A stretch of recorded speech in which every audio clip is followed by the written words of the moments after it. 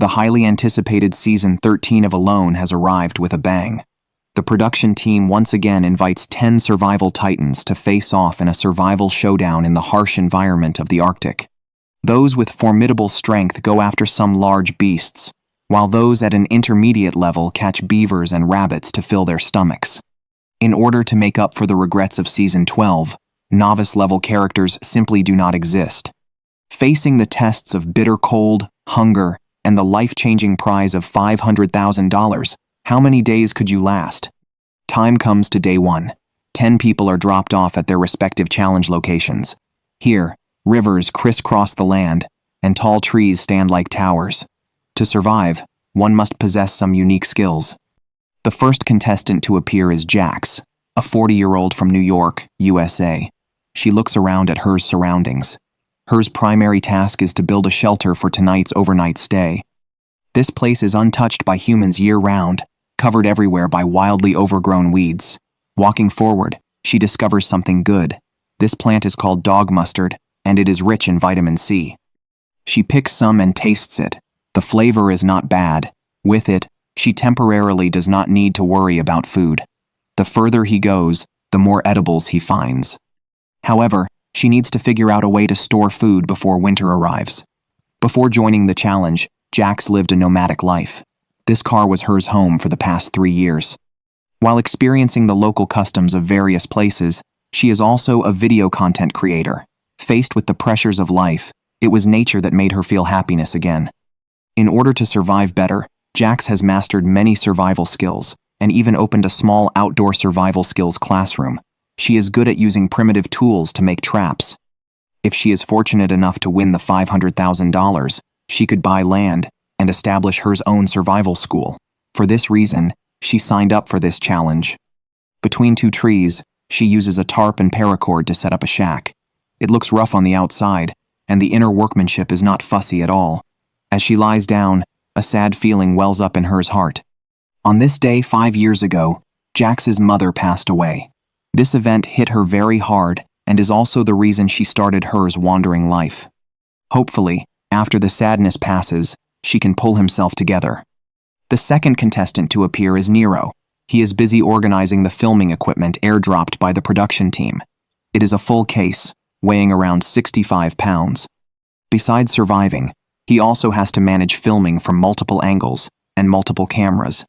Back in his home state of New South Wales, Australia, Nero and his wife run their own outdoor education company, focusing on guiding people on how to engage with nature. Before this, he also had military service experience. The moment he got involved with the outdoors, he found the meaning of life and decided to devote the rest of his life to this cause. He is proficient in making traps and fishing, and hunting with a bow and arrow is no problem either.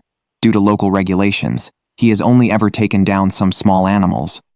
He has spent 2 bitter winters in Canada and learned many skills from Keelan of Season 7. He made ample preparations to take this season's championship. Along with the support of his family behind him and being an outdoor ambassador for Australia, he can basically be pre-booked as a seeded contestant for this season.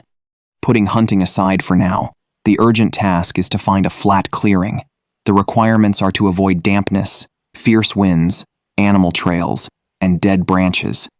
In the wilderness, these are also known as widowmakers. Not far away, there is a spot that meets the requirements. To conserve energy, Nero minimizes unnecessary consumption as much as possible.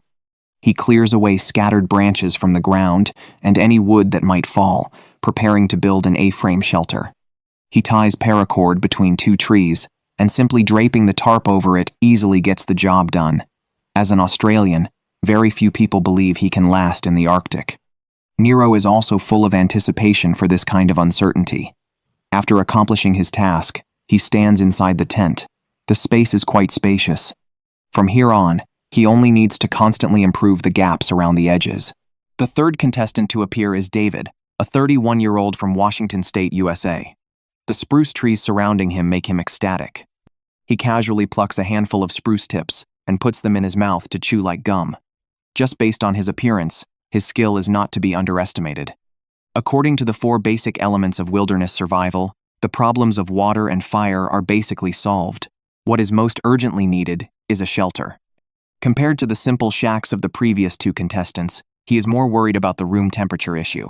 Right away, he uses a saw to cut down a large tree to serve as the ridgepole of his shelter. Worried that dryness could cause a fire, he also strips off the bark. Next, he carves notches into the tree to fit in the logs. For sturdiness, he reinforces the joints with wire. Looking at the tangled mess of wire, his experience tells him that the little kids at home did it. In order to join the challenge, David did not hesitate to leave behind his wife and 2 crying babies. Although he felt reluctant, an opportunity like this only comes once. For the past 10 years, he has been making primitive bows and arrows. He is full of confidence in his hunting skills.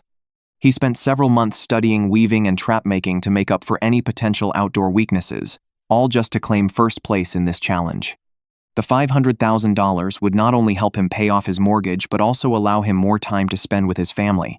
It can be said that this brief separation is for a better life together. Right now, he is still short of food among the 4 survival elements. While there is still daylight, David takes his bow and arrows to set up traps nearby. As he walks, there is movement up ahead. His experience tells him it is a grouse. Without wasting words, he grabs his bow and arrow and starts hunting. Regrettably, the first attempt ends in failure. Seeing that the grouse has not left, he launches a second attack. Still, he does not succeed. Facing the camera, David looks slightly embarrassed. However, everything has only just begun. The camera shifts to the 4th contestant, Will. As soon as he lands, he saws down a few logs and builds a simple bed on the grass. With a tarp draped over the top, a shelter that is both windproof and rainproof is completed. By evening, roasting by the campfire, he looks very content. 37-year-old Will is from Alaska. As a native-born Inupiaq, thousands of years of Arctic survival experience give him an absolute advantage in this challenge. He has even defeated a black bear weighing over 1,000 pounds. Catching fish under the ice is routine for him. This includes picking berries and knowing how to store food, all of which are daily matters for him. As long as he can overcome loneliness, this challenge is basically without suspense. As night is about to fall, he conserves his energy and rests for the night, planning to make further arrangements tomorrow. Time comes to day 2. Will takes his bow and arrows to inspect the surrounding camp. If he encounters prey, he might even have an extra meal. He observes the terrain while keeping an ear out for any movement. Every move he makes exudes the aura of an expert. To reduce his longing for his children, he keeps himself busy. Exiting the woods, he faces a lake. Just at this moment, wolf tracks on the ground catch his attention. It seems like a pack of them is tracking him. If they dare to come closer, he would not mind catching one for a snack with his drink. As he scans around, he spots a wild duck on the lake surface. Will imitates 2 duck calls to lure it over, then immediately shoots an arrow. Regrettably, he misses by just a fraction. The arrow did not fly away, so he immediately follows up with a second shot. It hits but does not hit a vital spot. The wild duck skims across the water surface in a final struggle. Will does not chase after it right away. Instead, he chooses to retrieve the lost arrow. The challenge rules state each contestant can only carry 9 arrows. Losing one means one less chance of winning. He then searches along the shore for the prey as casually as taking a walk. His years of outdoor hunting experience have long trained his sharp eyes. Not long after, he finds the duck that has kicked the bucket. The bad news is that the arrow in the prey's body is gone. So much so that he doesn't know whether to be happy or sad. The camera shifts to Jax. He slept like a baby until waking up at 11 in the morning. Perhaps he does not yet understand his situation. He starts making wishes to the camera, asking for tea or coffee. Before he can react, a torrential downpour suddenly descends, instantly disrupting his original survival plan. The most urgent task is to first ensure the fire does not go out. However, misfortunes never come singly. Just as he is scrambling, a pool of water also surges into his tent, soaking his sleeping bag. The feeling of losing control strikes him like lightning. It has to be said, there is a certain gap between theory and practice. Complaining alone is useless. Jax finds paracord and spreads out the tarp, hoping to reduce the amount of rainwater coming in. At the same time, he hangs up his sleeping bag to dry. It is not until dusk that the rain stops and the sky clears. Looking at his muddy camp, Jax must determine the issue of a long-term dwelling as soon as possible. Once his body gets wet, the rate of heat loss will be 25 times the normal rate. While inspecting the surrounding environment, he discovers a lakeside area full of wild greens. Without a doubt, it is the top choice for a camp. Little does he know, bears think so too. Walking forward, he finds bear droppings. His experience tells him they were left a day or two ago. Not daring to linger, he continues forward to investigate. He finds the entire area covered in moss. Once it rains, it will be extremely damp. Just as Jax is worrying about site selection, he suddenly realizes the sweater tied around his waist is lost. The rules stipulate that each person can only carry 3 long-sleeved shirts. Combined with the wet sleeping bag, his mood sinks to a low point. Just as the challenge begins, before he can settle his emotions, the next second he accidentally trips over a branch and falls to the ground. If things continue to develop this way, even if his school is built, enrollment will be very difficult. Meanwhile, Nero on the other side has not been idle at all. He sets snares and traps around his camp, some for catching squirrels and some for catching rabbits. His strategy is to obtain as much food as possible. After finishing, he goes to check on the traps. Moving forward along a game trail, Nero's eyes suddenly light up. The next second, a glass bottle appears in his hand. In the wilderness, this is a treasure. It can save him the time of going back to camp to replenish water, so he can focus all his energy on finding food. Since he has never caught rabbits at the end of autumn, he is not sure whether he will be able to catch any prey. Along the way, several traps have yielded nothing. He continues on his way. Nero suddenly stops. He sees a wild rabbit caught by its hind leg. Getting closer, he finds it is still kicking, and very much alive. To help relieve its suffering, Nero directly ends the rabbit's life. Looking at the mouth-watering protein, Nero also feels hungry. He brings it back to camp and hangs the rabbit up. He skillfully removes the wild rabbit's coat. The heart, liver, and kidneys are also not wasted. They are rich in minerals the body needs. He chops the rabbit meat into several large pieces and puts them into a pot. He adds some water and simmers it into a pot of rich, flavorful broth. The organs are roasted until charred on the outside and tender on the inside. He takes a bite. His mouth is filled with the aroma of protein. It is extremely delicious. The camera shifts to David. At this moment, he is imitating the mating call of a moose. As a professional hunter, hunting large beasts like moose is his goal. For this reason, whenever he goes out, he takes his bow and arrows to scout. Soon, David stops in his tracks. He faintly smells the scent of moose lingering in the air. During the mating season, bull moose use urine to attract mates. With an attitude of giving it a try, he lets out another bellow. After that, he nocks an arrow and makes his hunting preparations. As it turns out, he does not spot a moose, but there is a grouse. Without a second thought, David shoots an arrow. Unexpectedly, he misses. Yesterday's miss may have been due to some fatigue, but this time, it makes him feel a bit embarrassed. What is worse is that he has also lost his arrow. He marks the location. At the moment, he simply does not have the mind to look for it. He needs to hurry back to camp to formulate his upcoming survival plan. Looking at the surrounding land that has never been trodden by humans, David's heart begins to waver. Once he has this kind of thought, all that awaits him is elimination. Time comes to day 3. The 5th to appear is Pedrosa.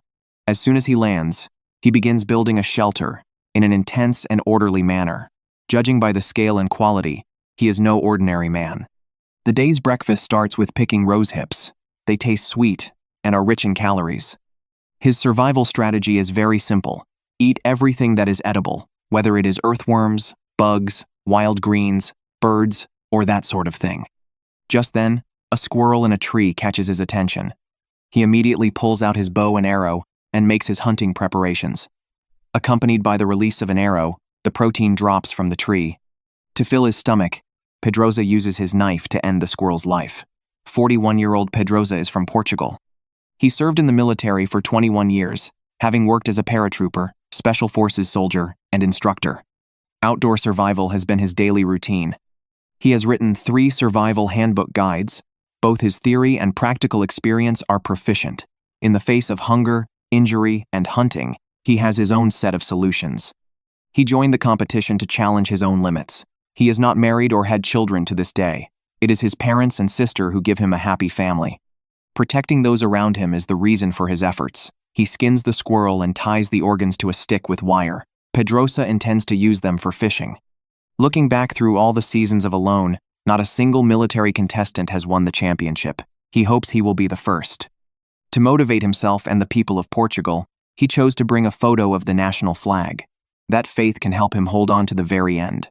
As the fragrant aroma of roasted meat drifts over, Pedrosa cannot wait to start tasting. The first bite must start with the delicious squirrel brain. Just as he is eating with great delight, the chattering of a squirrel reaches his ears once again. He grabs his bow and arrow and enters hunting mode. He shoots the arrow and it hits a vital spot on the spot. Now tomorrow's food is also secured. The size looks quite big too. The camera shifts to David. One failed grouse hunt after another causes him to doubt his own abilities. To ease his self-blame and sense of guilt, his brain actively helps him shift his attention. He thinks of his 2 crying babies at home. Their rate of growing up is so fast. Once missed, it can never be made up for. In order to pull himself together, David uses berries as bait and crafts a simple fishing rig. He hopes to catch some fish to fill his stomach and reduce his longing for his family. Looking at the vast river before him, David's mind becomes more and more tangled.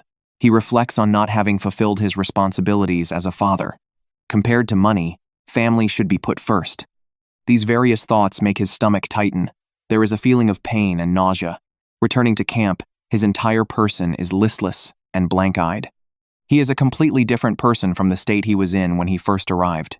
He originally thought his family was the reason he came here to work hard.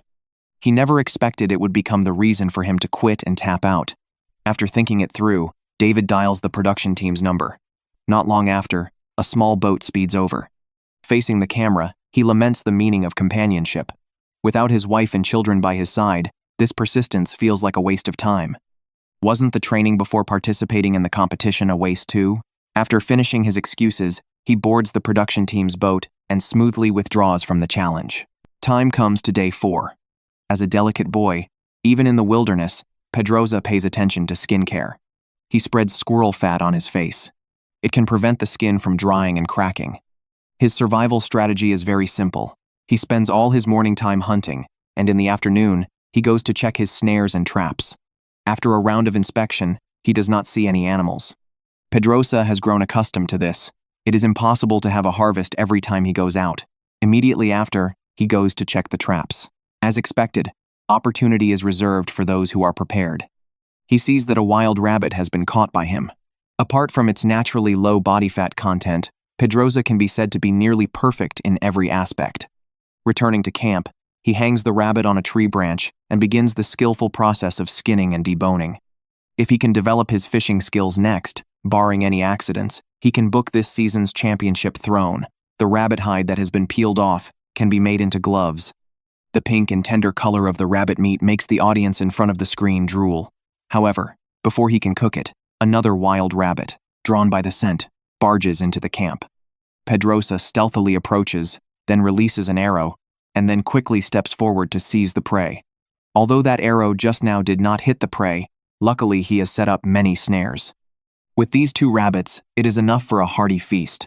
Returning to camp, he removes the rabbit feet and hangs them on a stick. After being busy for the better part of the day, it is time to treat himself. One is charcoal roasted until charred on the outside and tender on the inside, and the other is smoked and preserved. The more smoothly things progress, Pedrosa also reminds himself not to let down his guard because a single small accident could make all his efforts wasted. The camera shifts to Will. At this moment, he is making a berry collector. He hollows out the middle of a log, shaping it into a water ladle, and then hammers a row of nails into its side. He found these materials on the second day. As a native of Alaska, he can make all kinds of tools according to his needs. Using brute force to strike the log easily causes cracks. For this reason, Will also fashions a hand drill and a base. By using a method similar to starting a fire by friction, he drills holes into the side of the water ladle. The neatness is pleasing to the eye. Then he inlays the nails in. The shape is somewhat similar to a comb. Using them to collect berries yields twice the result with half the effort. Beyond that, Will has something even more pressing to do, and that is to build a permanent shelter. He selects a spot with a tree on each of 3 sides. He plans to build a sod house. It once helped his people survive countless cold winters. He uses a saw to cut the saplings at a position 1.5 meters high. The felled wood is not wasted either. He removes the branches from it. Then, at a position with the same spacing, he installs a 4th post.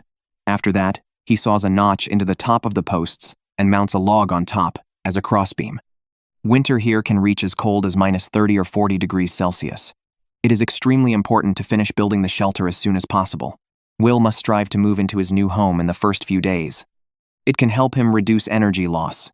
After a busy few hours, he finishes the frame part. Just as he is about to return to camp to replenish his water, a grouse appears near his tent. It is truly a case of searching everywhere in vain. He takes aim and shoots an arrow. He hits it without any suspense. Not far away, there is a second one. Since it has come to him, Will does not stand on ceremony with them. He chases after it and sends an arrow. Easily and effortlessly, 2 bundles of protein are secured. With them, he has more confidence to build the shelter. After dealing with the grouse innards, he skewers them on a stick and charcoal roasts them over the fire. As an Inupiaq whose people have depended on the land for generations, Will feels like he has come home upon arriving here. The animal species and environmental changes are all exactly the same. As the fragrance wafts through the air, it is time for the segment of enjoying the food. He takes a light taste. The flavor is really delicious. The organs can provide him with the minerals he needs. It is entirely a wilderness feast. Finally, he strings up all the usable grouse bones and preserves them, achieving true utilization of everything. Time comes to the morning of day 5. Pedrosa is busy chopping down a tree. He keeps the tree crown, preparing to use it for Christmas.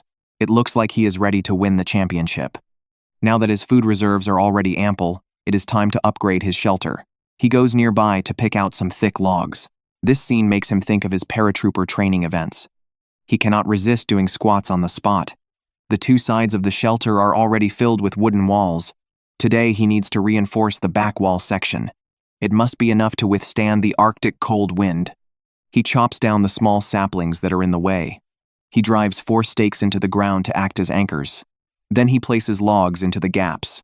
To ensure there are no gaps between the logs, Pedrosa goes nearby to gather some free moss. In the wilderness, it is a very good insulator. It can also be laid on the roof to serve the purpose of waterproofing. Just like that, he builds up the wall layer by layer, 1 layer of logs and 1 layer of moss. He greatly enjoys his current lifestyle. Every day he is collecting wood, making traps, and fishing. He does not need high technology or too many supplies, but it can make a person feel truly alive. The camera shifts to Will. The collector he made is finally put to use. The berries fall off as easily as hair being combed. The collecting efficiency is dozens of times that of picking by hand. Then he puts them into a bag for storage. Whenever he is hungry, he can replenish his calories anytime and anywhere. After that is done, he continues the construction of his permanent shelter. Looking at the slow progress, Will realizes the area of the sod house is a bit too large. He simply shifts the position of the posts to reduce the size. Next, he saws down several spruce trees in the surrounding area and arranges them around in a fan shape. Not long after, he completes the construction of the basic frame. Next, he only needs to lay spruce branches and moss on the outer layer and cover the roof with a tarp. Then a cold-proof and warm wilderness villa will be accomplished. He steps inside the frame to experience it for a moment. The size of the space is completely sufficient to accommodate his equipment and a fireplace for warmth. The entire structure is also sturdy and durable. As he is busy every day, and everything advances steadily according to plan, Will simply has no time to miss his family. Even when he thinks of them, it is the driving force that supports him moving forward. Next, as long as he can obtain a stable food source, it can basically be announced that he can advance to the final rounds. Time comes to day 6. Pedrosa spends his days either building camp or on the road hunting squirrels. Looking at his somewhat empty shelter, he is afraid the warming effect will be unsatisfactory.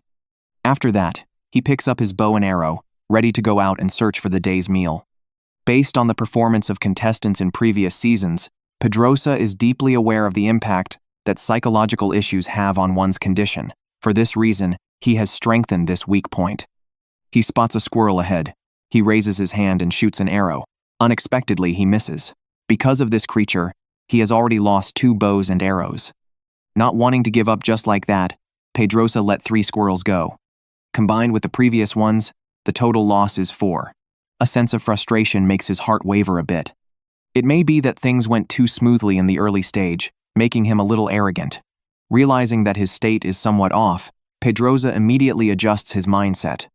He should not focus on the failures. but concentrate on what to do next. For this reason, he chooses to make his own arrows. Just at this moment, there is movement nearby. He turns his head to look. On the opposite riverbank stands a doe. Not far away, there is also a fawn. Even if he has the ability to take it down, Pedrosa cannot make a move. Whether according to local regulations or humanitarian principles, one cannot hunt a doe that is with its fawn. Watching the large meal leave before his eyes, his heart feels somewhat unwilling. He only hopes that his luck will be poorer next time, and he will encounter a buck. As for how the performances of the remaining few contestants will be, let us continue to wait and see. The highly anticipated second episode of Season 13 of Alone is here. In this challenge filled with masters, some of the first few contestants have already displayed astonishing survival abilities. And what outstanding performances will the 5 who have yet to appear deliver? Let us follow the camera and find out. Time goes back to day 1. Ziga is the 6th contestant to appear. As soon as he lands, he shows extraordinary excitement. However, his luck is not very good. The area he drew is relatively remote. After calming down his emotions, he lies on the ground and uses his heart to feel all living things here. Just as he is imagining how he will display his talents here, a swarm of flies suddenly disturbs his mood. He has no time to complain. He packs up his equipment and immediately gets up to patrol the vicinity. The 10 items he brings with him this time are a sleeping bag, a pot, an entrenching shovel, a saw, a knife, a bow and arrows, a fishing net, fish hooks, fishing line, wire, and paracord. Ziga, who comes from Slovenia, has been passionate about outdoor activities since childhood. Since their teenage years, the 2 brothers have constantly challenged extreme survival environments. Currently, he and his younger brother run an outdoor survival school together. All kinds of wilderness survival skills have long been perfected by them to a masterful level. He once hiked 270 kilometers, relying on fishing and setting traps to survive alone in the wilderness for 15 days without any resupply. He believes that he is definitely capable of handling this Arctic challenge. Searching all the way through the forest, Ziga soon discovers a river. Continuing forward along the riverbank, he then sees dense wolf tracks. Judging from the size of the tracks, the body size of this wolf pack is relatively large. But Ziga is not afraid. On the contrary, he is a little excited. He does not linger for long, because he knows that his top priority right now is to find a suitable place to build a temporary shelter. As it turns out, not long after walking, he finds a spot that he thinks is quite good. This place is close to a water source, offering a natural geographical advantage for setting up a fishing net and fishing. After a long trek, Ziga is already extremely hungry and thirsty. However, since he did not bring a ferro rod, it is obviously unrealistic to quickly start a fire and boil water. But this is not a problem for him. He first fills his rubber boot with water and wets the bandana he carries. He places one end into the water-filled rubber boot and leaves the other end exposed outside, using capillary action to filter. Although the fabric filter layer can block large particles of impurities and some parasites, tiny bacteria and viruses may still penetrate the fabric, but Ziga cannot afford to worry about so much right now. After filtering a pot of water, he directly picks up the pot and drinks it in large gulps. Next, the 7th to appear is Booth. He does not rush to explore the environment, but first organizes his equipment. He takes a piece of paracord from his bag and ties a multi-tool to it. One end of the paracord is fixed to his belt, and then he places the multi-tool in his pocket to ensure it will not be lost. The 10 items he prepares this time are a pot, a sleeping bag, a bow and arrows, a multi-tool, an axe, a saw, fish hooks, fishing line, a ferro rod, rope, and wire. Booth, who comes from Alaska, is a recently retired high school principal. His 28 years of educational experience have forged a unique problem-solving ability. Coming from a family of outdoor enthusiasts for generations, he has loved wilderness life as long as he can remember. Coupled with 23 years of experience as a professional fishing guide, he fully possesses the ability to take on this Arctic survival challenge. Therefore, he is determined to win the $500,000 this time. After a search, Booth also arrives at the riverbank. After walking along the bank for a short distance, he finds a suitable spot and decides to start a fire and boil water first, to replenish some energy for his body. He collects some dry branches nearby and soon gets a fire going. However, while waiting for the water to boil, out of the corner of his eye, he spots a familiar object in the fire. Upon closer inspection, it turns out to be his ferro rod. He immediately picks up a branch to push it out of the fire, but it is already too late. The ferro rod has been burned down to only a tiny stub. One can only say he is truly unlucky. He had just reminded himself not to lose such small items, yet less than 2 hours after landing, he has burned the most important survival tool. This is not good news. After all, in this remote wilderness, without a fire source, it means he cannot cook food, cannot boil water, and cannot keep warm either. Although a tiny piece remains, it will not last long. And he is not good at starting a fire by friction either. Suddenly, a bad premonition engulfs Booth. Poldy is the 8th contestant to appear. From his excited expression, it is not hard to see that he is very satisfied with his drop-off location. He then gets up to explore the surrounding environment. As it turns out, before he has walked even 50 meters, he discovers caribou tracks, with fresh grizzly bear tracks right next to them. He never expected to find signs of 2 large animals just after landing, which excites him greatly. The 10 items he selected this time are a pot, a saw, a bow and arrows, fish hooks, fishing line, an axe, a multi-tool, a ferro rod, paracord, wire, and a sleeping bag. Poldy comes from New Zealand and is a locally well-known kayaking instructor. He travels around the world all year round, but this does not diminish his passion for hunting at all. He spends nearly 100 days a year going out to hunt. These 2 experiences have forged his strong mental fortitude. At the age of 14, he used a compound bow to hunt his first deer in life. Since then, the large game he has hunted has surpassed 100 animals. He yearns to temper himself through the stage of alone and to calmly face all future challenges. After finding a spot he fancies, Poldy does not rush to build a shelter. Instead, he first takes inventory of his equipment and prepares to set up snares nearby. Just as he is about to head out, he looks up and sees 4 grouse foraging not far ahead. Seeing this situation, he immediately takes off his socks and carefully approaches. After moving within shooting range, he draws his bow, aims, and shoots. As a result, he not only misses but also scares the grouse away. Fortunately, they do not go far. Poldy quickly follows them, watches for the right moment, and shoots another arrow. This time, the arrow accurately hits the target.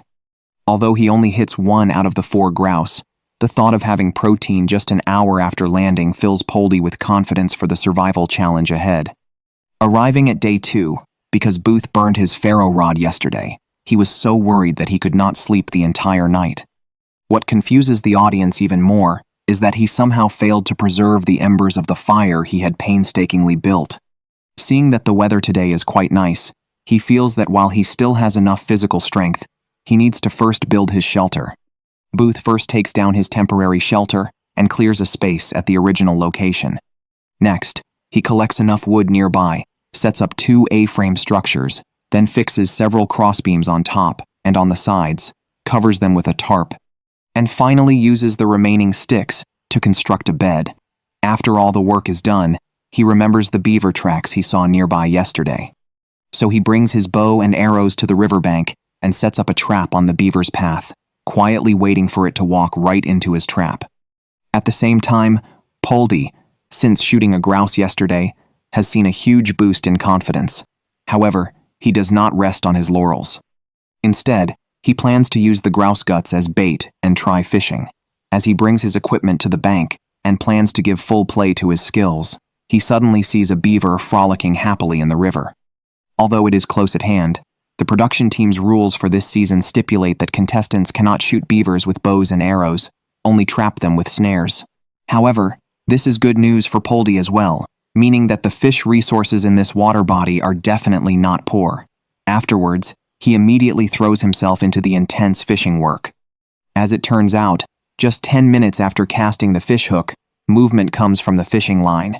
He quickly reels in the line, and a northern pike is pulled ashore. Although this fish is not very big, at least dinner for today is secured. Yet, the good luck does not stop there.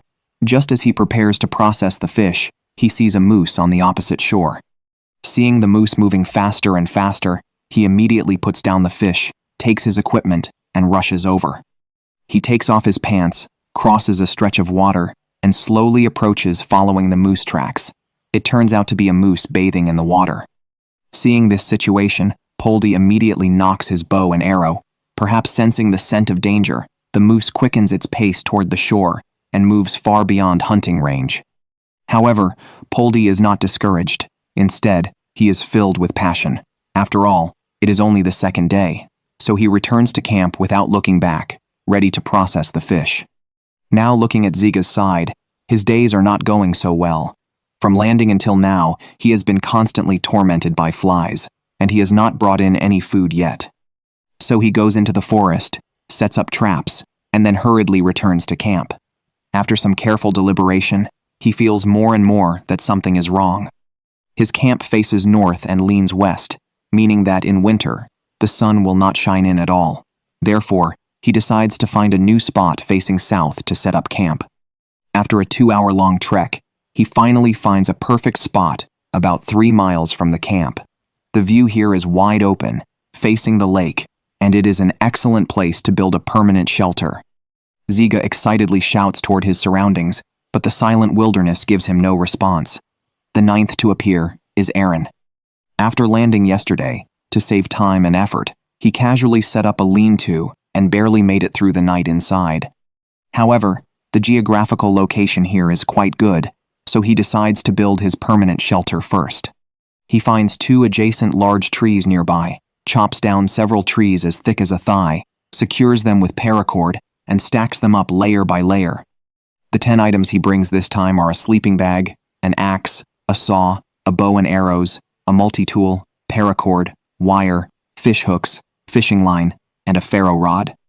Aaron, who comes from Canada, is particularly obsessed with high-intensity sports. His father was an avid outdoor enthusiast. Under his father's influence, he formed an indissoluble bond with the wilderness and developed an extremely strong ability for independent survival.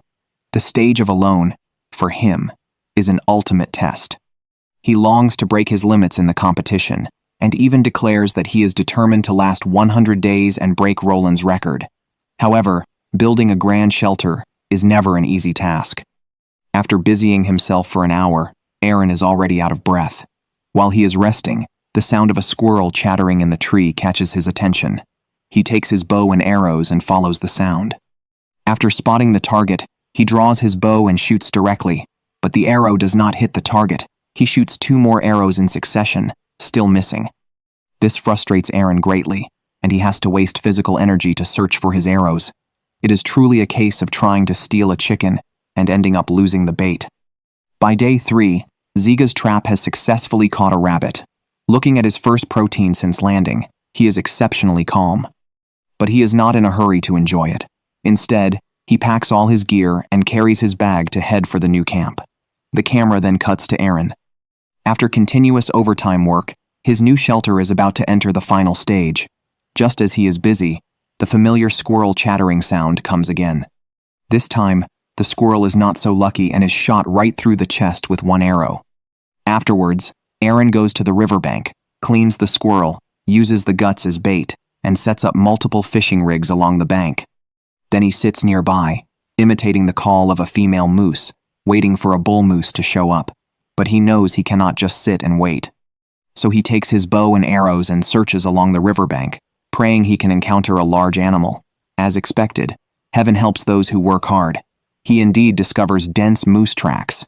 However, judging from the traces of the tracks, they should not have been left recently. Continuing forward along the tracks, a dark shadow ahead comes into view. Aaron stares wide-eyed and looks carefully. It turns out to be a grizzly bear.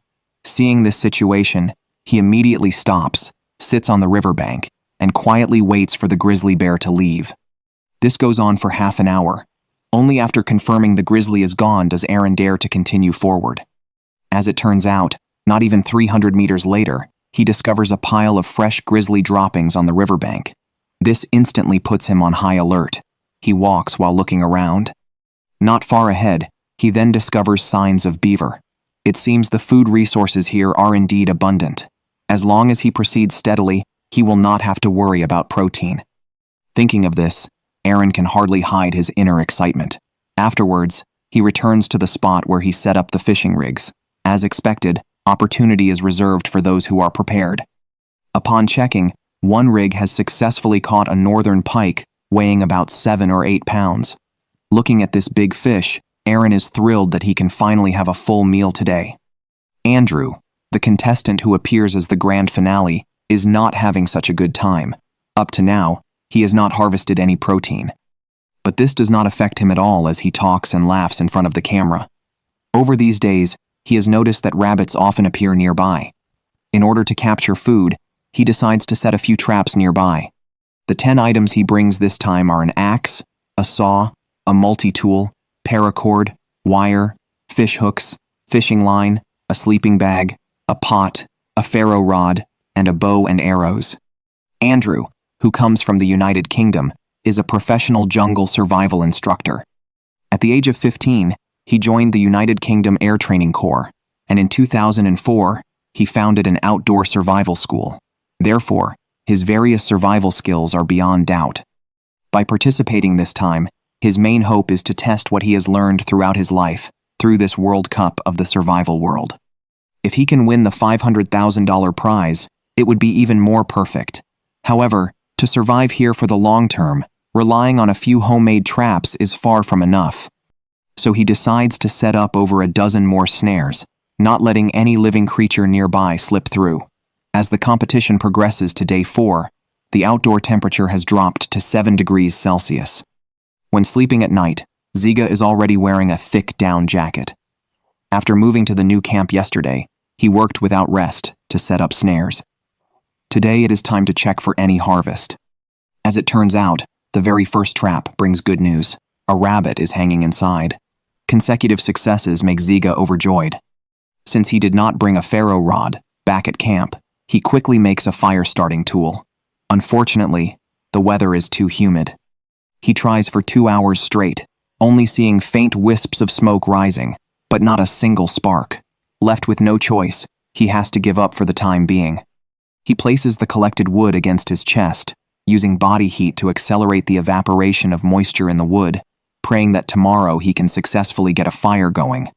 Meanwhile, at the same time, Booth, in order to conserve the remaining tiny stub of his ferro rod, has been adhering to the principle of never starting a fire before obtaining food. For this reason, he has been surviving on drinking raw water to stave off hunger these past few days. 2 days have passed since he set the beaver trap, and today he has to go check if there is any catch. Sure enough, when God closes a door, he opens a window. As he arrives at the trap full of hope, he sees a live beaver caught inside. Seeing this situation, Booth picks up a thick wooden stick and ends the beaver's life. Looking at this beaver weighing 40 pounds, Booth is as happy as a child. And he instantly becomes the contestant currently on the field with the largest food reserve. Afterwards, he goes to the riverbank, quickly cleans the beaver, then picks a slightly drier spot and uses the remaining tiny stub of his ferro rod to try to start a fire. But after over 10 minutes of attempts, he sees the ferro rod getting smaller and smaller, yet a flame never manages to ignite. At this moment, Booth is filled with regret. He regrets being so careless, and even more regrets not preserving the embers in the first place, and he does not know how to start a fire by friction. Now, so much food is laid out before him, but he cannot eat it. This blow is simply too great for him. Thinking that he will have to spend the rest of his time without a fire source, Booth does not hesitate to dial the tap-out call. Very soon, the staff drives a small boat over at full speed. Facing the camera, Booth is filled with deep emotion. When the staff see the beaver on the ground, they are shocked. They never imagined that someone with so much food would voluntarily quit because he could not start a fire. One can only say, Booth is truly too unlucky. But there is no regret medicine in this world. In the end, Booth packs his bags, boards the production team's boat, and regretfully bids farewell to his 4-day journey of living alone in the wilderness. And his beaver is not wasted. It is given to the local indigenous tribe by the production team.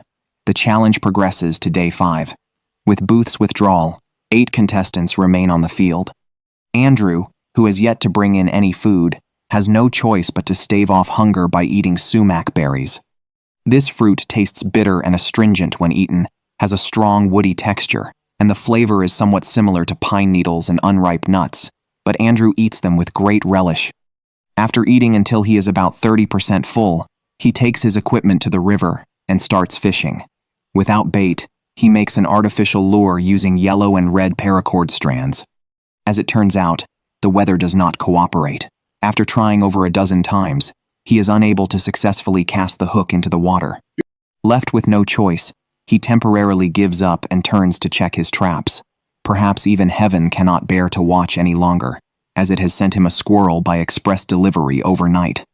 After so many days, he can finally eat a proper meat meal today. At this moment, all of Andrew's displeasure is cast to the far ends of the sky. At the same time, Ziga's days are still going smoothly. Checking his traps today, he harvests 2 more rabbits. As of now, he already has 4 rabbits brought in. With so much food, he is even more determined to get a campfire going. After the failed experience yesterday, he is smarter this time. He lays a piece of tarp on the ground to provide insulation, then takes out the wood that he has warmed up, and then throws himself into the tense fire-starting work. As expected, heaven helps those who work hard. After half an hour of trying, he finally succeeds in getting a fire going. At this moment, Ziga dances around with excitement. He cleans all the rabbit meat, puts one in the pot to stew, hangs the other 3 above for smoking, and roasts the liver and kidneys over the fire. Once they are completely cooked, Ziga devours the first meat meal since landing. A bite of rabbit meat goes down. The texture is simply delicious. In the end, he even finishes every last bit of the soup and scraps. As the temperature continues to drop, the difficulty of the challenge is intensifying day by day. And what other surprises and dilemmas await the contestants? Let us wait and see. While others are still starving for days on end, the contestants on Alone are already living a vacation-like life. They keep catching big, plump hares without pause. If they want to improve their diet, they set nets to catch wild grouse. Some, with particularly good luck, even catch 4 squirrels and 1 wild duck in a row. Living in the luxurious shelters they have built, people who don't know better would think they are just here to restock supplies. Time arrives at day 7. Wearing non-breathable rubber boots for so long has made Will's feet hot and smelly. Fortunately, he is quite experienced with this situation. He simply needs to stuff some grouse feathers inside, as they have antibacterial and odor-eliminating effects. Afterwards, he takes his bow and arrows and heads out to hunt for game. Looking at the newly fallen leaves on the ground, his experience tells him that winter is coming soon. With the advancement of technology, children spend very little time outdoors nowadays, absorbed daily in the virtual worlds of phones and computers. Watching the Inupiat way of life gradually disappear pains him deeply. He hopes that through this challenge, he can awaken his people. Along the way, he stops to check his snare traps. When he arrives at the spot, he finds the wire is missing. If he guessed right, it was destroyed by a passing moose. When he checks the next one, a plump, large gray hare is lying on the ground. It feels quite weighty in his hand. Now he will head back to cook a hare soup. The time for setting his net is getting closer and closer. As long as he can hold out until then, he will no longer have to worry about food. Back at camp, he hangs the hare on a simple tripod and uses his knife to start peeling the skin from the legs. By participating in this challenge, Will has set himself a mission: to strive to become a role model for Inupiat children and to keep the traditional way of life alive. After skinning the hare and cleaning out its innards, he can now put it into the pot to make a soup. The camera switches to Pedrosa. He is using charcoal ash to clean his pot lid. Because it has a high alkalinity, it can be used as a cleaning agent. He then scrubs it repeatedly with spruce sap. After rinsing it off, it can be used like a mirror and can also reflect light to send out a distress signal. Pedrosa's task for today is fishing. Looking at the performances of past contestants on Alone, even with the advantage of possessing over 1,000 pounds of moose meat, they could not resist the fact of drastic weight loss. If one wants to last until the end, fat is the key. He uses the intestines of a previously caught hare as bait, hangs it on a fish hook, and begins fishing. Compared to protein, fish meat contains omega fatty acids and all kinds of vitamins that the body needs, which is key to maintaining bodily functions in cold regions. After casting the hook several times with no movement, Pedrosa simply leaves it on the bank and waits. Of course, He does not stay idle. He finds a piece of wood to make a berry-collecting box. He uses a blade to cut it into flat wooden pieces and then binds them with wire. Just as he is about to finish, the sound of animal footsteps suddenly reaches his ears. He immediately puts away his knife and dashes at full speed towards the source of the sound. Peering through the woods, Pedroza sees a massive body appear in his field of vision. He hurries back to his shelter, grabs his bow and arrows, and when he comes back out, the other party still shows no intention of leaving. Moving closer, he sees it as a cow moose with 2 calves. In this situation, Pedroza simply cannot make a move. Just as he is losing all hope, wait a moment, he discovers that the 2 young males have both grown antlers, which means he can hunt them along with the cow moose. Without any hesitation, he flanks them directly from the side. The moose sense something is wrong and speed up. Pedroza draws his bow fully and releases an arrow, but misses. When he wants to take another shot, his view is already blocked by bushes. His heart races so fast that he cannot help but pant heavily. He chases them all the way to the riverbank, but the moose are long gone. Judging from his state just now, it was caused by a lack of experience in hunting large beasts. Until night falls, Pedroza is still brooding over what happened. He now has only 3 arrows left that he can use. Losing one is bad enough, but his main worry is that he might have injured the moose. He even begins to question the meaning of him being here. Time comes to day 8. Poldy has been busy processing fish meat since early morning. This is the 7th fish he has processed. By now, he has achieved some success with both trapping and fishing, even managing to secure 3 meals of protein a day. This smoking rack was made by Poldy on the 5th day. He simply has too much fish to finish eating, so he can only preserve it through smoking. With ample food secured as a guarantee, it is time to put building his permanent shelter on the agenda. He plans to build an Indian teepee. He goes nearby to select some spruce trees of medium thickness. He chops at one side with his axe first, then uses his saw to cut from the other side. The weather here is unpredictable. It may start snowing in just 2 or 3 days. Keeping the shelter cold-proof and warm is especially important. He drags the felled trees one by one to the edge of the woods. Judging by his current rate of catching fish, by the time the tent is built, he will have stored 20 dried smoked fish. Just thinking about it makes life feel idyllic. He firmly ties one end of the 3 logs together, then uses his strength to prop them up. The most difficult part of the frame is then completed. From now on, he simply needs to place logs around this framework. The camera switches to Will. For lunch, he cooks a pot of delicious hare soup. A bite of hare heart goes down, filling his body with strength. Compared to the grouse he had before, this is much juicier. He has a thorough, satisfying meal. He continues the construction of his sod house. He uses a saw to cut out whole chunks of moss, trying to make the pieces as small as possible so they won't crack easily. This is a technique passed down by the Inupiat for thousands of years, and is the reason they can survive in the Arctic. It not only blocks the bitter wind but also provides impeccable insulation. As he keeps piling them up, Will quickly finishes laying the first wall. In order to focus his energy on obtaining food, he strives to finish building the shelter within a single day. This kind of life feels like following in the footsteps of his ancestors. No matter how times develop, traditions cannot be abandoned. By the time the last piece of moss is laid, Will is already completely out of breath from exhaustion. The camera shifts to Pedroza. He prepares to light a fire to boil water and quench his thirst. He leans right over it to blow, and the smoke chokes him until tears stream down his face. He then pulls out an arrow shaft, and after removing the arrowhead, it can be used as a blowtube. Then he heads out to the place where he hunted the moose yesterday.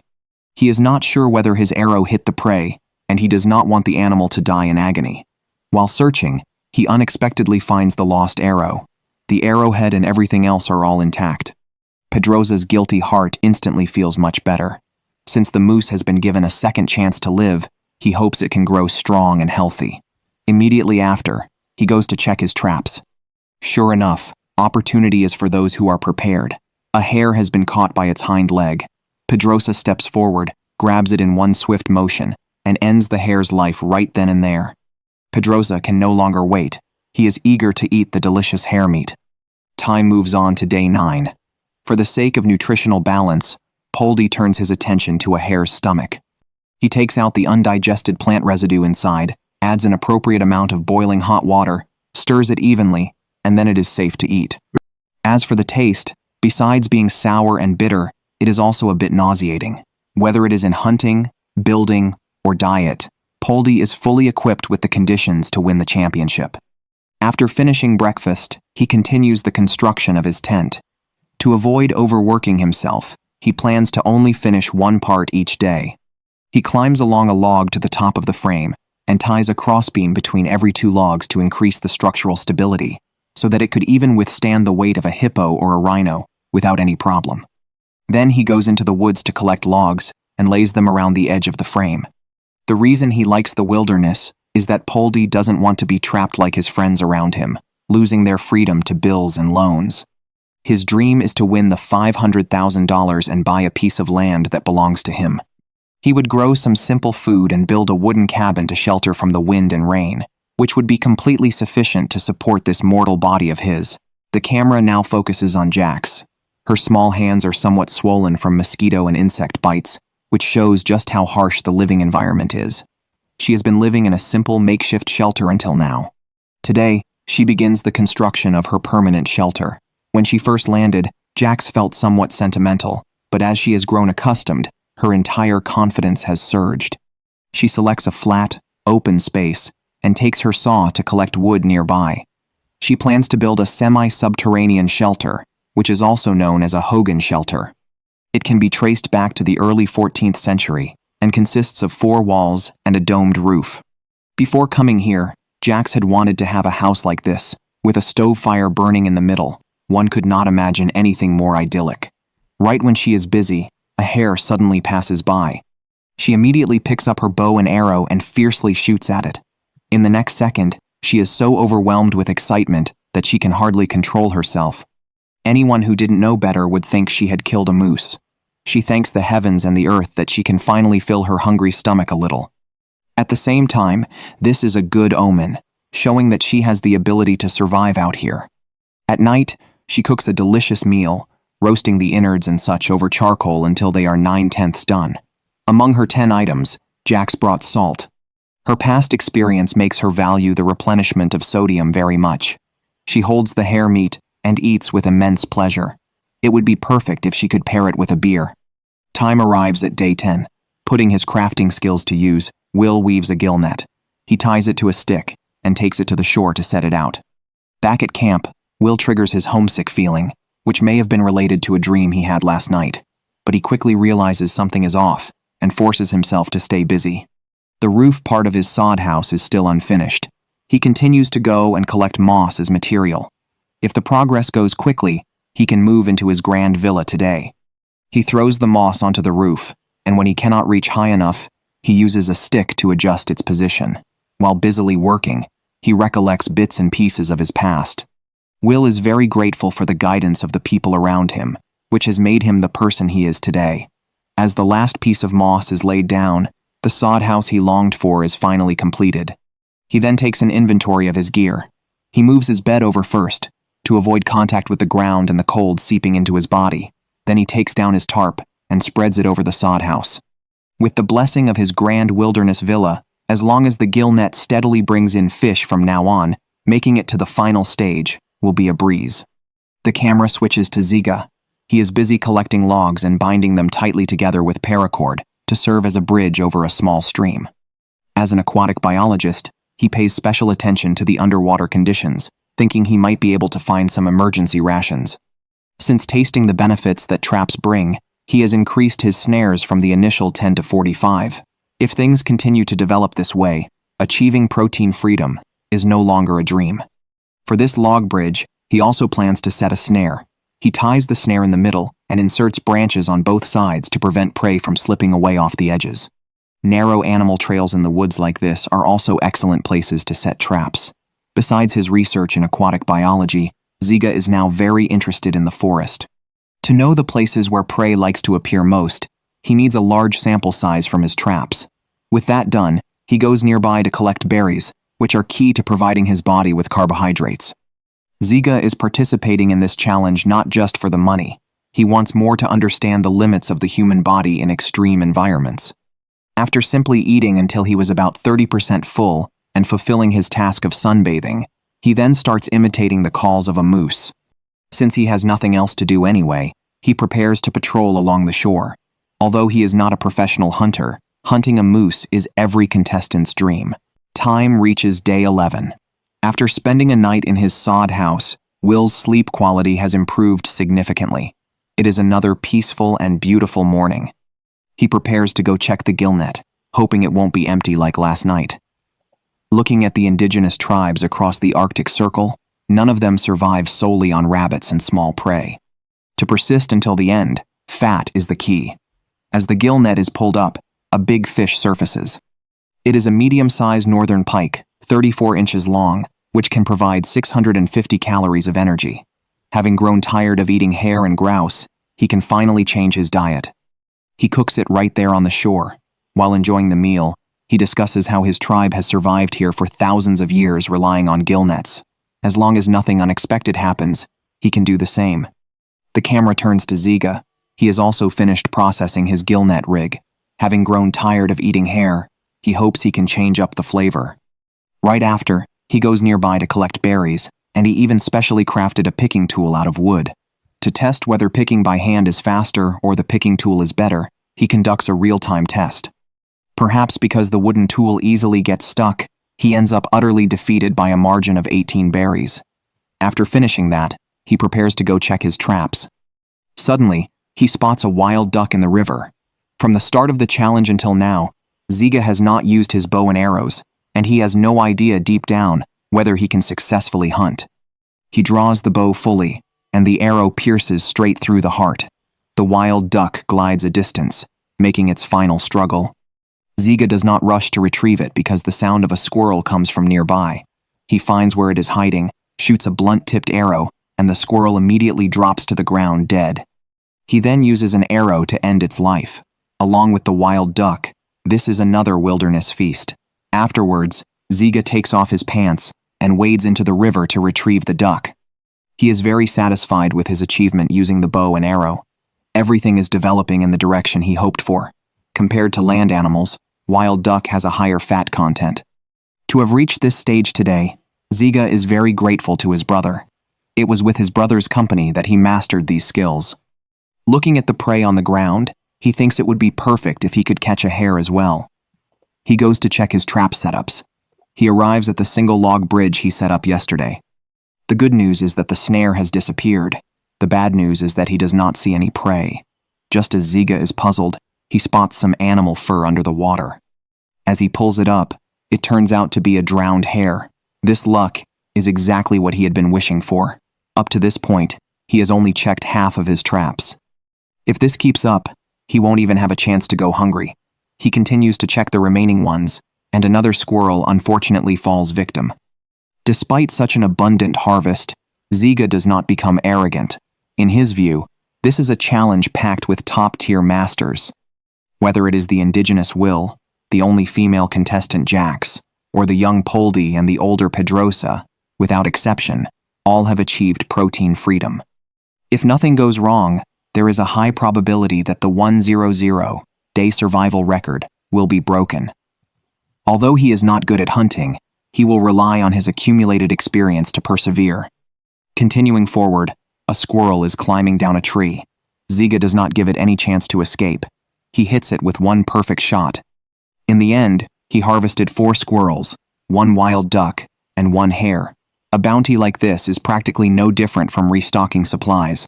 What kind of challenges will they face in the future? Let's continue the excitement in the next episode.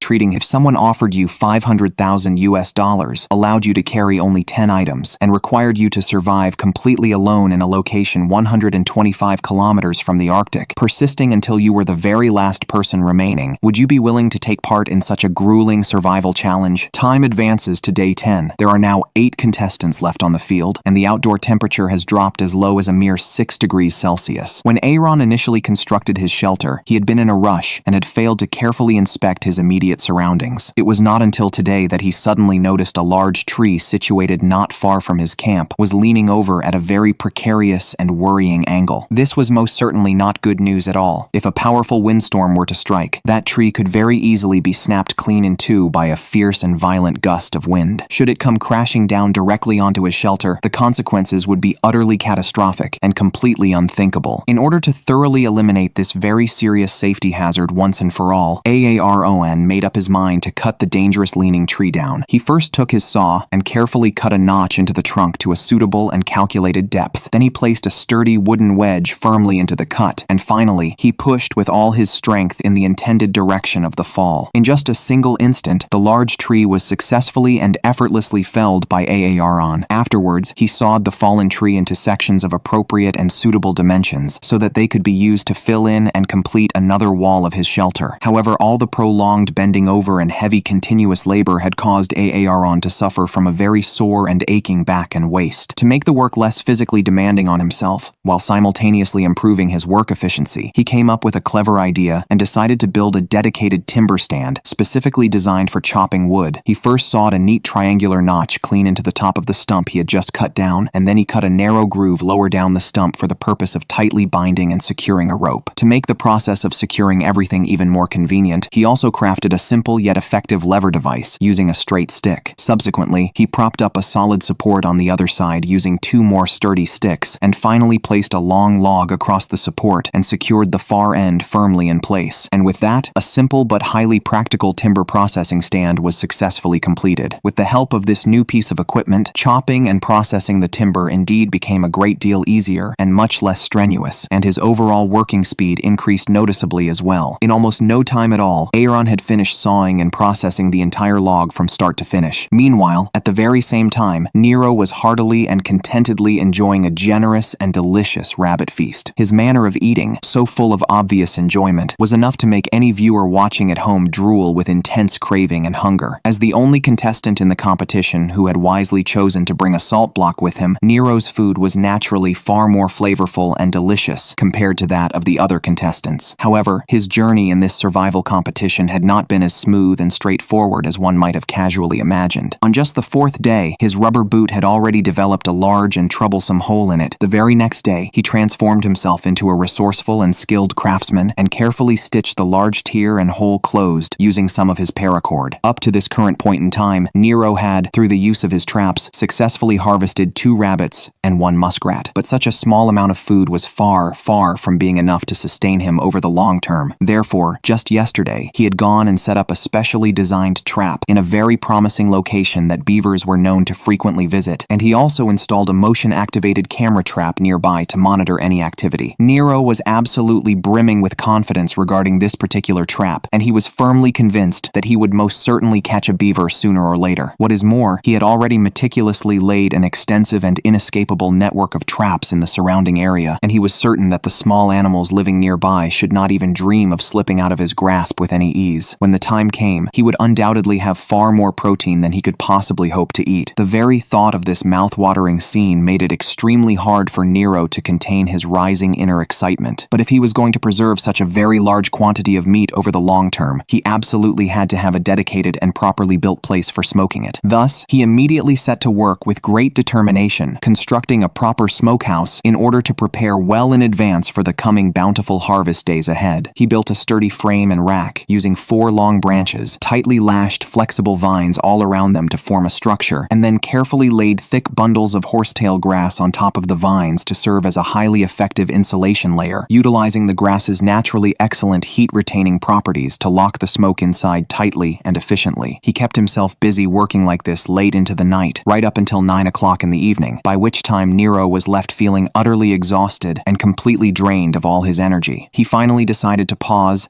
and leave the remaining work to be continued the following day. However, just as he was settling down to rest, very good news suddenly came through from the camera trap he had set up. A beaver could be clearly seen on the recording wandering back and forth in the area, and then, in a completely unguarded and careless moment, it plunged headfirst right into the waiting trap. Yet, at that moment, Nero himself was completely and blissfully unaware that any of this was happening. Day 11 soon arrived. Nero quickly discovered that the rubber boot he had repaired earlier with paracord was not working nearly as well as he had hoped hoped and imagined, and water still continued to seep annoyingly into the boot every time he stepped down on the wet ground. To permanently and once and for all solve the persistent problem of water entering his footwear, he collected sticky spruce resin from the trees, carefully heated and melted it down, and then used the resulting liquid as a strong adhesive, pouring it generously over the stitched area of the boot. Once the resin had fully dried and hardened, although the external appearance of the repair was admittedly rather ugly and unsightly, the resulting waterproofing effect was exceptionally good and effective. After busying himself with all this necessary repair work, Nero set out, full of joy and eager anticipation, on his daily routine of checking his trap line. When he finally arrived beside the beaver trap, the unexpected sight that met his eyes left him standing there completely dumbstruck and astonished. The trap had indeed been triggered and sprung, but it now sat completely and disappointingly empty inside. It was plainly obvious that the captured beaver had somehow managed to break free from its restraints and escape. He honestly had never expected that a beaver could possess such impressive physical strength, but Nero did not allow himself to become discouraged in the slightest. After carefully and firmly resetting the trap, he simply continued onward to check all his other traps. Meanwhile, Pedrosa, who had slept in late until noon, got himself ready and also began what would be a very busy day for him. His initial plan was to go out and check his traps straight away, but things did not start well at all, as the very first trap he came to brought him immediate bad news. Judging by the tufts of fur left behind clinging to the trap, it must have successfully caught a rabbit, but regrettably, some other animal had gotten there first and stolen his catch. Based on the signs and clues left at the scene of the incident, he strongly guessed and suspected it was most likely the work of a cunning fox. It seemed clear to him that he would definitely have to increase the frequency of his trap checks from now on. After carefully resetting the trap back into position, he continued on his way, and whenever he felt tired, he would sit down to rest for a little while, picking and eating wild berries along the way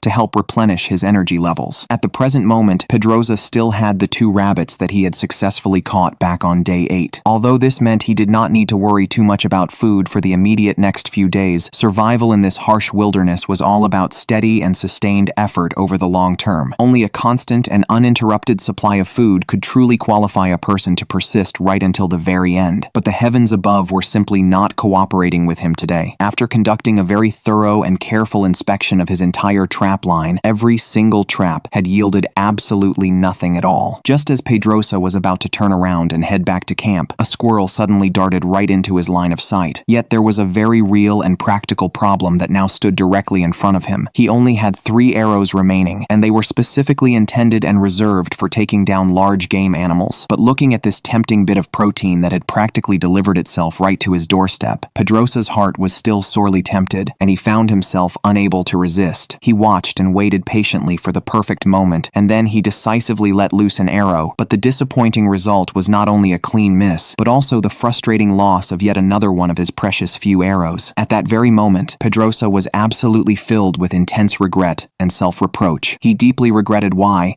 when he clearly knew he had an insufficient number of arrows left, he had still stubbornly and insistently decided to attempt to hunt such a small creature as a squirrel. After all this trouble and wasted effort, not only had he gained absolutely nothing, but he had also managed to get his clothes thoroughly soaked and wet in the process. It seemed obvious that today was simply not a day that was suited for going out. In the end, Pedrosa, shivering violently and uncontrollably from the penetrating cold, had absolutely no choice but to dejectedly return to camp with his head hung low. On his way back, he secretly made a very firm and solemn resolution deep within himself. From this moment forward, he would absolutely never again use his bow and arrows to shoot at squirrels, grouse, or rabbits, and his remaining arrows absolutely had to be saved and reserved exclusively for hunting a moose. But just as he was walking along feeling totally at his wit's end, a strangely familiar object lying on the ground ahead of him suddenly caught his eye. Upon stepping closer and examining it carefully, he was astonished to find it was actually the very same arrow he had just lost and been searching for. At that priceless moment, the overwhelming joy of recovering a lost possession instantly washed away and dissolved all his prior unhappiness and frustration. Yet fate just loves to toy with people in this cruel and ironic way. On his continuing journey back, Pedrosa spotted a grouse standing under a tree not far ahead of him. When he saw this fresh protein that was now almost within arm's reach, he instantly and completely cast the firm decision he had made only moments before clean to the back of his mind. He then began to carefully and stealthily creep closer to it, and once he had managed to get within effective shooting range, he seized the most opportune moment and decisively released his arrow. This time, the arrow flew true and struck the target perfectly, and the grouse was killed almost instantly right there on the spot. Looking down at this hard-earned and precious source of protein, Pedroza was absolutely overjoyed and ecstatic. After having eaten nothing but rabbit meat and squirrel meat for so long, today he could finally change his palate and enjoy a different taste. The camera now switches over to Aaron. Seeing the weather getting colder and colder with each passing day, he knew full well that he absolutely had to finish building his fireplace as quickly as humanly possible. So he immediately sprang into urgent action, first collecting a sufficient amount of timber from the nearby area and cutting it all into pieces of suitable and uniform dimensions. He then used wire to tightly bind several sticks together to form a solid square frame, and after that, following the exact same procedure, he stacked the completed frames one on top of another, layer by layer. A box-like structure that was narrower at the top and wider at the bottom was thus successfully completed, and he needed to make 4 or 5 of these identical structures in total. After finishing all this demanding work, Aaron made his way down to the shore to check on the fishing rigs he had previously set up. When he eagerly pulled up the very first rig, it was completely and disappointingly empty. He had no time at all to stand there feeling disheartened, and quickly moved straight on to check the second rig. Looking closely at the fishing line that was now pulled completely taut and straight, Aaron knew immediately that a fish must have taken the hook. He quickly and firmly tugged on the line, and sure enough, a plump and healthy northern pike was successfully hauled up onto the shore. The sudden joy of regaining such a valuable food source instantly made Aaron forget all about his physical fatigue and exhaustion. He cleaned and processed the fish right there on the spot, and then eagerly and impatiently hurried straight back to his camp, preparing to cook himself a delicious and well-deserved fish feast. On the other side, Andrew was still living in the same makeshift observation shelter that he had hurriedly constructed right at the very beginning. Although he had already started working on building a proper permanent shelter the day before, without sufficient food to fuel and sustain his body, he tired himself out after only a very short while of labor. Since the competition first began, Andrew had only managed to catch 2 squirrels, which made him the contestant with the lowest total food tally on the entire field at this stage. However, this unfortunate fact did not affect or weaken his firm determination to build a proper dwelling in the slightest. To save both precious time and limited energy, he made the conscious choice not to attempt constructing a spacious and large house. Instead, he opted to build a compact and efficient lean-to-style shelter, nestled tightly between 2 large adjacent trees. Once the overall framework was finally completed, he picked up his bow and arrows and made the decision to venture deep into the woods to try his luck at hunting and also to check on the traps he had previously set along the way. He did not even overlook or ignore the wild berries he happened to come across while on the move, and during this whole time, he did not forget to silently pray that he would not return to camp completely empty-handed once again. But ideals and hopes are always beautiful, while reality is often harsh and cruel. After a long and thorough search through the woods, he completely failed to catch even the slightest glimpse of any animal whatsoever. An unwilling and frustrated Andrew then decided to go and check his traps, and the very first trap he approached finally brought him some good news. A squirrel was conspicuously and clearly hanging inside it. Although this little creature did not have very much meat on its small body, it could at the very least help to replenish some of his badly needed energy. During his subsequent inspection of the rest of the traps, he was also fortunate enough to harvest a rabbit. In that very instant, all of Andrew's previous frustrations and disappointments were immediately hurled into oblivion, and this timely success also filled him with renewed hope and confidence for the survival challenge that lay ahead. On the 12th day, Poldy started a brand new day of survival by sipping on a warming bowl of rabbit bone broth. At this point, he was still faithfully adhering to a strict and comforting routine of 3 regular meals a day. After eating and drinking his complete fill, he threw himself right back into the demanding work of refining and perfecting his shelter. Thanks to several long days of continuous and dedicated labor, the main framework of his shelter was now basically complete, and all that remained to be done was to lay a thick and insulating layer of spruce boughs all over the entire exterior. Whenever he felt tired, he would stop to boil himself a fragrant and delicious pot of fish soup. As for a convenient soup container, he simply and cleverly used the empty tin that had originally held his wire as a makeshift cup. After downing a cup of this rich, aromatic soup that pleased both the eye and the palate, the nourishing energy instantly spread and circulated throughout his entire body. After taking a brief period to rest and recover, Poldy once again made his way down to the shoreline and commenced his fishing efforts. Yet, it was honestly hard to tell whether the fish resources in his particular area were exceptionally abundant, or whether his personal fishing skills were simply that outstanding. In less than 20 minutes after the baited hook had first touched the water, the fishing line suddenly showed very promising and lively activity. He quickly quickly and efficiently reeled the line in, and once again, a fine northern pike was successfully added to his growing tally. This consistently abundant source of food made Poldy feel that persisting right until the very end did not actually seem to be such a difficult matter after all. Turning our attention over to Nero, thanks to his tireless and persistent efforts, the smokehouse was finally completed to his satisfaction today. Now, absolutely everything was prepared and ready, and all that was missing was the food itself. 3 whole days had already passed since he had first set his fishing net in the water, so today it was definitely time to go and check whether there was any catch waiting for him. Although Nero had not actually appeared that many times in front of the camera since the competition first began, his steady, reliable, and solid survival skills had allowed him to live quite comfortably and well in the wilderness thus far. However, he was completely unaware that his special moment of incredible good fortune was just about to arrive. When he reached the shoreline, he saw a beaver lying completely still and motionless on the surface of the water. Upon stepping closer and looking more carefully, he suddenly realized that the beaver had been firmly snared by his trap. Seeing this wonderful situation unfold before him, Nero immediately stepped forward with his axe and quickly put an end to the beaver's life. Gazing down at this beaver that weighed up to an impressive 40 gin, Nero was so completely overwhelmed with emotion and joy that he could barely speak a single word. One must fully realize that during this particular season of the year, a beaver's body fat percentage can range from 15 to 25%, which meant that he could now obtain a very substantial and critical fat reserve that would greatly help his body better withstand the coming severe cold. Back at his camp, Nero immediately began to process and clean the beaver. The nutrient-rich liver and kidneys, which are packed full of essential vitamins and minerals, he intended to enjoy and savor thoroughly today as a special treat. As for all the rest of the beaver meat, he carefully prepared to portion it all out and place it into the smokehouse for proper and thorough smoking and preservation. The camera now shifts back over to Poldy. After an uninterrupted and solid hour of labor, he had finally managed to cover roughly 1/3 of his entire shelter's exterior with spruce boughs. Judging by the strips of smoked fish jerky hanging around his camp and the wild berries neatly arranged on the ground, it was not at all difficult to tell that his life during this recent period had been exceedingly comfortable and well provisioned. Yet he certainly did not allow himself to rest on his laurels. After taking time to replenish his energy, he immediately busied himself with more work once again. To make the task of laying the spruce boughs on the higher parts of the shelter more convenient, he felled 3 willow trees growing nearby, cut them into suitably sized lengths, and skillfully constructed a sturdy ladder for himself. With the very helpful assistance of this brand new piece of equipment, his overall work efficiency was indeed significantly improved. Of course, such a grand and superior shelter definitely could not be considered complete without a proper and solidly built door. After 3 more hours of hard and intensive labor, Poldy was left feeling utterly exhausted and completely drained of his energy. So he simply sat down inside his camp to rest and build up his strength, all the while casually treating himself to the tasty berry paste bars he had made for himself earlier. Meanwhile, the squirrel and the rabbit that he had harvested in a single day yesterday had greatly boosted Andrew's overall confidence and morale. Before the sky had even properly and fully darkened for the night, he made the decision to go out and check his traps once more. Sure enough, those who are hardworking and diligent are rewarded with food. Even before he was completely close, he could already clearly see a lively rabbit hopping and struggling around inside the trap. Upon seeing this very welcome sight, Andrew immediately rushed forward and quickly put an end to the rabbit's life. This string of back-to-back and consistent gains caused the normally quiet and reserved Andrew to be unable to contain his surging inner excitement any longer. He did not even take the time to properly process the rabbit on the spot before eagerly heading straight back to camp. On his way walking back, he unexpectedly discovered some very fresh grizzly bear tracks imprinted on the ground. Regrettably, however, the production team's strict rules for this particular season only permitted the contestants to hunt black bears, and they strictly and explicitly forbade the hunting of grizzly bears under any circumstances. To think that he had finally, after so much effort, found clear traces of large game in his area, yet he was completely forbidden to hunt it, left Andrew feeling a little disappointed and frustrated. Back at camp, he quickly and efficiently cleaned and prepared the rabbit, placing a meaty rabbit leg into his pot to cook thoroughly, and hanging the remaining rabbit meat up nearby, planning to save and keep it for his meals the next day. Once the rabbit leg in the pot was fully cooked through and perfectly tender, he began to feast on it with great gusto and satisfaction. One bite of the delicious rabbit meat down, the taste and texture were simply beyond wonderful. After fully eating and drinking his complete fill, Andrew turned around and threw himself wholeheartedly into the work of perfecting and finishing his shelter. However, in his focused state, he completely forgot to take the remaining rabbit meat inside with him. By a little past 8 o'clock in the evening, a hungry black bear, drawn from a distance by the irresistible aroma of the cooked rabbit, had come and raided his camp, devouring every single last bit of the hanging meat. The competition steadily progresses to day 13. As the weather grew increasingly frigid and cold with each passing day, the distant mountain peaks were already visibly capped with pure white snow. Aaron knew very well that the construction of his fireplace now urgently needed to be sped up without any further delay. He covered the entire exterior surface of the frame he had previously built with thick, insulating mud, and then carefully stacked it all up into the proper shape and form of a functioning fireplace. Finally, he lit a crackling fire directly inside it, skillfully using the intense heat generated by the flames to thoroughly bake and harden the wet mud until it was completely dry. Once the mud had fully dried out and hardened into a solid structure, he carefully moved the entire completed fireplace inside his shelter. One really had to openly admit Aaron's practical hands-on skills and ingenuity were truly outstanding and remarkable. At the very same time, Nero, looking out at such a beautiful and pristine snowy scene, appeared to be extremely thrilled and excited. But deep down, he knew perfectly well that what would inevitably follow this beautiful snow was that the daily survival challenges would only grow ever more arduous and harsh, and the difficulty of procuring food would become increasingly greater. Therefore, he wisely decided to take full advantage of the current relatively good weather and figure out every possible way he could to obtain and store as much food as possible. The challenge continues on into day 14. When Poldy went out to diligently check his traps today, he came back with absolutely nothing at all. The continuous and depressing rainy and overcast weather had made him feel exceptionally restless, irritable, and anxious inside. His shelter had still not been fully and completely finished even at this late stage. Sitting there alone inside his camp, he felt bewildered and deeply puzzled. Although he still had more than enough smoked fish jerky stored up and was faithfully maintaining 3 meals a day without fail, he could not understand why his body remained in such a constant and worrying state of physical weakness. At that difficult moment, 1,000 confused thoughts raced rapidly through Poldy's exhausted mind. He strongly suspected that perhaps something was truly wrong with his body. After all, this debilitating condition had already persisted for at least a day or two now. If he were to stubbornly force himself to continue pushing on, the potential harm and damage to his body would only get worse and worse. At the very thought of this grim possibility, the usually tough and strong-willed Poldy could simply no longer hold himself together, and hot tears began streaming uncontrollably and silently down his face. After a long period of deep, careful, and agonizing reflection, Poldy unhesitatingly made the extremely difficult call to the production team to officially tap out and withdraw from the competition. Very soon, the staff members came speeding over to him in a small boat. Facing the unblinking camera, Poldy tearfully and emotionally explained his reasons for making this painful decision. As a contestant who had consistently performed so brilliantly and stood out all throughout this season, Poldy's sudden and unexpected withdrawal genuinely took the entire audience completely by surprise, especially considering he still possessed a very considerable stockpile of preserved food. Alas, he was now utterly and completely exhausted both mentally and physically, and he had completely lost all the internal motivation and drive required to continue. He candidly and honestly admitted that he did not care at all what others might think or say about his decision, as they simply could never truly comprehend the profound and relentless hardships and loneliness of surviving all alone in the wilderness. In the end, Poldy packed up all of his belongings, boarded the production team's waiting boat, and regretfully and sorrowfully bid a final farewell to his 14-day journey of surviving completely alone. With Poldy's withdrawal, only 7 contestants now remain on the field, and who will eventually be the one to successfully hunt a moose? Let us all wait and see in the next episode.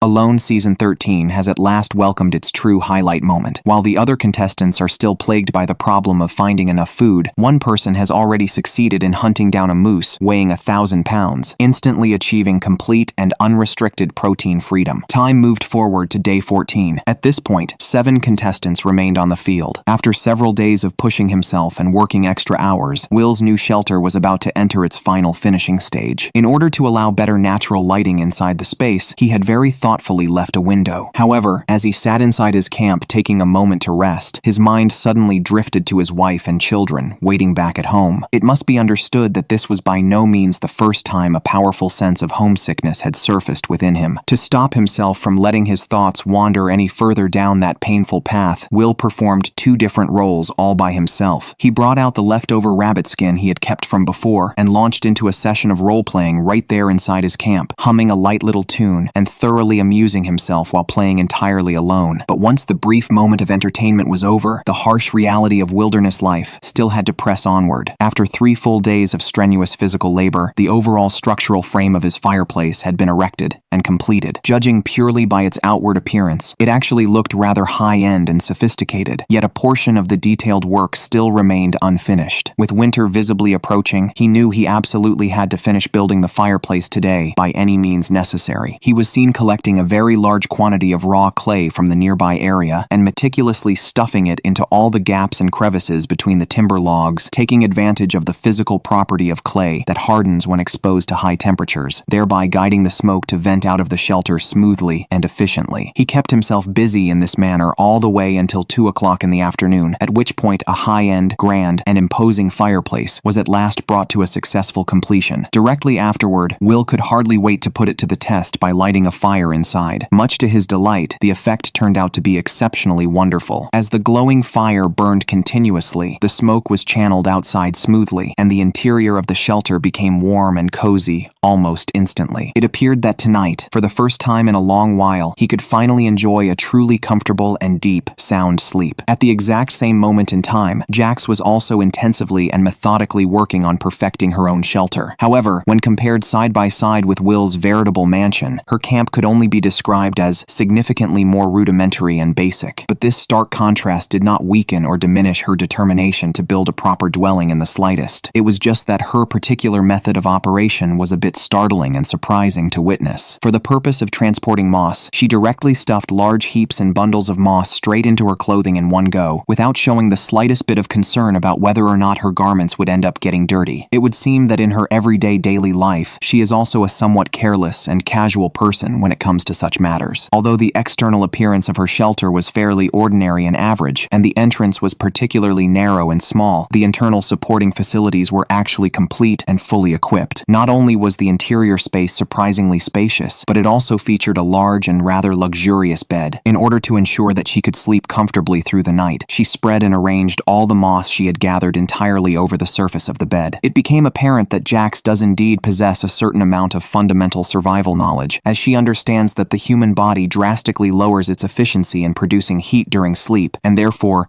maintaining a stable core body temperature is absolutely critical and essential for preventing hypothermia. After all this prolonged fussing and exerting herself, she was already left completely exhausted and out of breath, gasping for air. Up to this very point in the competition, the food that Jax had managed to harvest was extremely limited and could be counted on one hand, with only 2 rabbits having been successfully secured. During the vast majority of this time, she had been forced to rely almost entirely on eating wild berries merely to stave off the worst of her hunger and to barely fill her stomach. Even though she had already set up multiple snare traps throughout the surrounding territory, she understood clearly that she could not afford to stubbornly fixate and persist in only one single location. She had to attempt multiple different approaches simultaneously. Therefore, during one of her spare moments, she wove together a fishing net and subsequently made her way down to the river to set it up properly in the water. To keep the net from being carried away by the current, she secured a sturdy wooden stake firmly into the riverbank, tied one end of a length of loose cord tightly and securely to that stake, and then utilized a long wooden pole to push the net outward as far as she possibly could into the deeper zone of the water. After everything had been arranged and set in place properly, she danced and jumped about with pure and uncontained joy, as if she could already vividly picture in her mind the bountiful moment of a plentiful harvest from the net. Came the early hours of the morning on day 15. Aaron positioned himself facing an open clearing and began imitating the vocal call of a female moose. As expected, it was obvious that every contestant participating in this season harbors a deep-seated dream of successfully hunting a moose. But while the ideal scenario is perfect and desirable, the reality of the situation proved to be harsh, unforgiving, and cruel. After a whole series of concentrated attempts, he received absolutely no response whatsoever from the surrounding wilderness. Gazing out at the white snow already blanketing the peaks of the opposite mountain, a powerful and pressing sense of crisis washed over Aaron. Up to the present moment, he had already shed and dropped 23 gin of his total body weight. Even though he still maintained a certain modest reserve of fish meat, such a meager quantity of food was far from being even remotely sufficient to sustain him all the way to the very end. Only by successfully hunting a large game animal would there be any realistic possibility of securing the championship and emerging as the victor. After relocating and shifting his position to a different spot, he persisted in continuing to imitate the call of a female moose, striving to awaken and lure in any bull moose that might be lingering nearby. Yet after numerous repeated attempts, there still came not the faintest sound of movement or response. Left with no other viable option, Aaron had no choice but to hang his head dejectedly and retreat back to camp with a heavy sense of defeat. On the journey back, the weather shifted and changed entirely without the slightest warning, and thick snow suddenly began descending heavily from the overcast sky. By the time he finally arrived back at his camp, the entire ground surface was already coated and blanketed with a thin yet pervasive layer of pristine white snow. This abrupt change of conditions caused the difficulty level of the challenge to skyrocket dramatically and instantly. Unwilling to simply resign himself to sitting around passively awaiting his own demise, after taking the time to adjust and recalibrate his mental and physical condition, Aaron resolved to head out and inspect his various fishing devices, reasoning that he might even stumble upon an encounter with a moose along the way. He was well aware that whenever heavy snowfall weather sets in, moose tend to migrate downward into regions of lower elevation, and that right now was precisely a prime and opportune moment for hunting moose. Yet during the entire trek toward the riverbank, he still failed to catch sight of even the faintest trace or shadow of a moose. Inspecting the first fishing device also proved to be completely fruitless and produced no harvest whatsoever. Nevertheless, he refused to lose heart or become discouraged, and instead quickly made his way over to the location of his second device. Gazing at the fishing line that was pulled extremely taut and tense, Aaron initially believed with excitement that he had finally hooked a fish. But when he hauled the line all the way up onto the shore, he discovered to his dismay that it had merely been snagged and tangled around a worthless submerged wooden stick. Just at the moment he was busy checking over the remainder of his other devices, a lynx silently crept to the edge of the shore and crouched there motionlessly, observing for a sustained period of time. Regrettably, and most unfortunately, the local hunting laws and regulations strictly permit the capture of lynx only through the specific method of laying and setting traps. Having finally managed to spot a relatively larger piece of potential prey, but being legally prohibited from shooting it with his bow, filled Aaron with an immense and bitter sense of deep frustration. At the same time, he was not willing to simply let this rare opportunity slip away so easily. Upon returning to his camp, he proceeded to tightly braid and twist multiple strands of wire together in order to dramatically enhance the overall tensile strength of a snare, thereby rendering it capable of capturing larger game in a more effective and reliable manner. He then carefully placed and arranged the reinforced snare precisely in the area where the lynx had been observed to appear most frequently, while praying wholeheartedly and sincerely in his heart that this effort would eventually yield a tangible and rewarding harvest. Meanwhile, over on the other side of the territory, Jax found herself in a state of unusual excitement and elation as she watched the drifting snowflakes filling the vast sky. She was keenly aware that in weather conditions such as these, the footprints and tracks left behind by animals on the ground could be spotted with exceptional clarity and distinctness, which inherently offered a significant natural advantage for both setting effective traps and venturing out on active hunting expeditions. At the same time, she realized full well that her most urgent and immediate priority was to go and check on the fishing nets she had deployed the previous day. Along the path halfway to her destination, she discovered fresh signs and traces of beaver activity in the area. It was becoming increasingly evident that Jax was far from being the only living creature in this location that was in urgent and desperate need of securing food. But when she at last reached the shoreline and lifted the fishing net up out of the water to inspect it, there was absolutely nothing contained inside of it. Her best speculation and guess was that the fish normally found in the nearby waters had most likely been startled and frightened away by the presence and activity of the beavers. Still, she absolutely refused to give up hope or abandon the effort. She resolutely set the net back down into the water in that same familiar old spot, and even stated openly and bluntly to herself that she might just manage to catch a beaver herself when the right time eventually arrived. By the time day 16 rolled around, ever since Will had finished the construction of his fireplace, he had been enjoying exceptionally sound and restful sleep during the past 2 nights. At present, his overall reserve of food was still reasonably abundant and varied, including 1 wild rabbit, 1 grouse, and 1 northern pike. Under normal circumstances in this kind of weather, he could have perfectly chosen to stay inside his camp and conserve his strength and energy reserves. However, driven by the determination to ensure that he would possess a sufficiently large stockpile of food, he still made the deliberate decision to go out on a hunting excursion today. As it turned out, not very long after he set out on his way, he stumbled upon a clearly defined game trail, and on the nearby trees, he could identify distinct traces and markings left behind by a moose. This discovery immediately caused Will to become sharply energized and alert. He continued following and tracking those signs along the trail for a further distance of 2 full kilometers, yet in the end, he still did not manage to see so much as the shadow of the elusive moose moose. Unwilling to squander any more of his precious and limited physical energy, he made the call to turn back and instead check the traps he had previously set, thinking to himself that there just might be an unexpected and pleasant surprise waiting for him. Regrettably, however, the heavens do not always follow the desires and wishes of mankind. After completing a thorough and exhaustive round of inspection, the traps likewise brought back no positive or encouraging news whatsoever. Following a prolonged and arduous trek that had lasted for 3 continuous hours, Will was by this point rendered extremely feeble and weak. He had no choice but to crouch down low on the ground to try and rest for a brief moment. Yet at the very instant he attempted to stand back up, a sudden and overwhelming wave of dizziness and vertigo crashed over him without warning, causing his entire body to collapse and crash heavily down onto the frozen ground. Fortunately, he sustained no serious injury from the fall. Will speculated to himself that this episode had, in all likelihood, been caused by malnutrition and physical depletion, combined with the abrupt action of standing up too quickly, which resulted in a temporary insufficient supply of blood reaching his brain. It was clear that he needed to urgently and immediately find a way to replenish his energy. So without pausing to linger any further, he hurried back in the direction of his camp with an unrelenting pace. The moment he arrived back at his camp, he wasted no time in stewing a hearty pot of fish maw soup that was densely rich in protein, essential fats, and vitamins. Once the soup had been cooked through until it was thoroughly done, Will proceeded to wolf it down with ravenous hunger and haste. With each bite of the fish maw that slid down his throat, he experienced a texture that was soft, tender, and yet delightfully chewy, its consistency almost completely identical to that of fresh shrimp meat. In the end, he devoured every last drop of the broth and every bit of the solid residue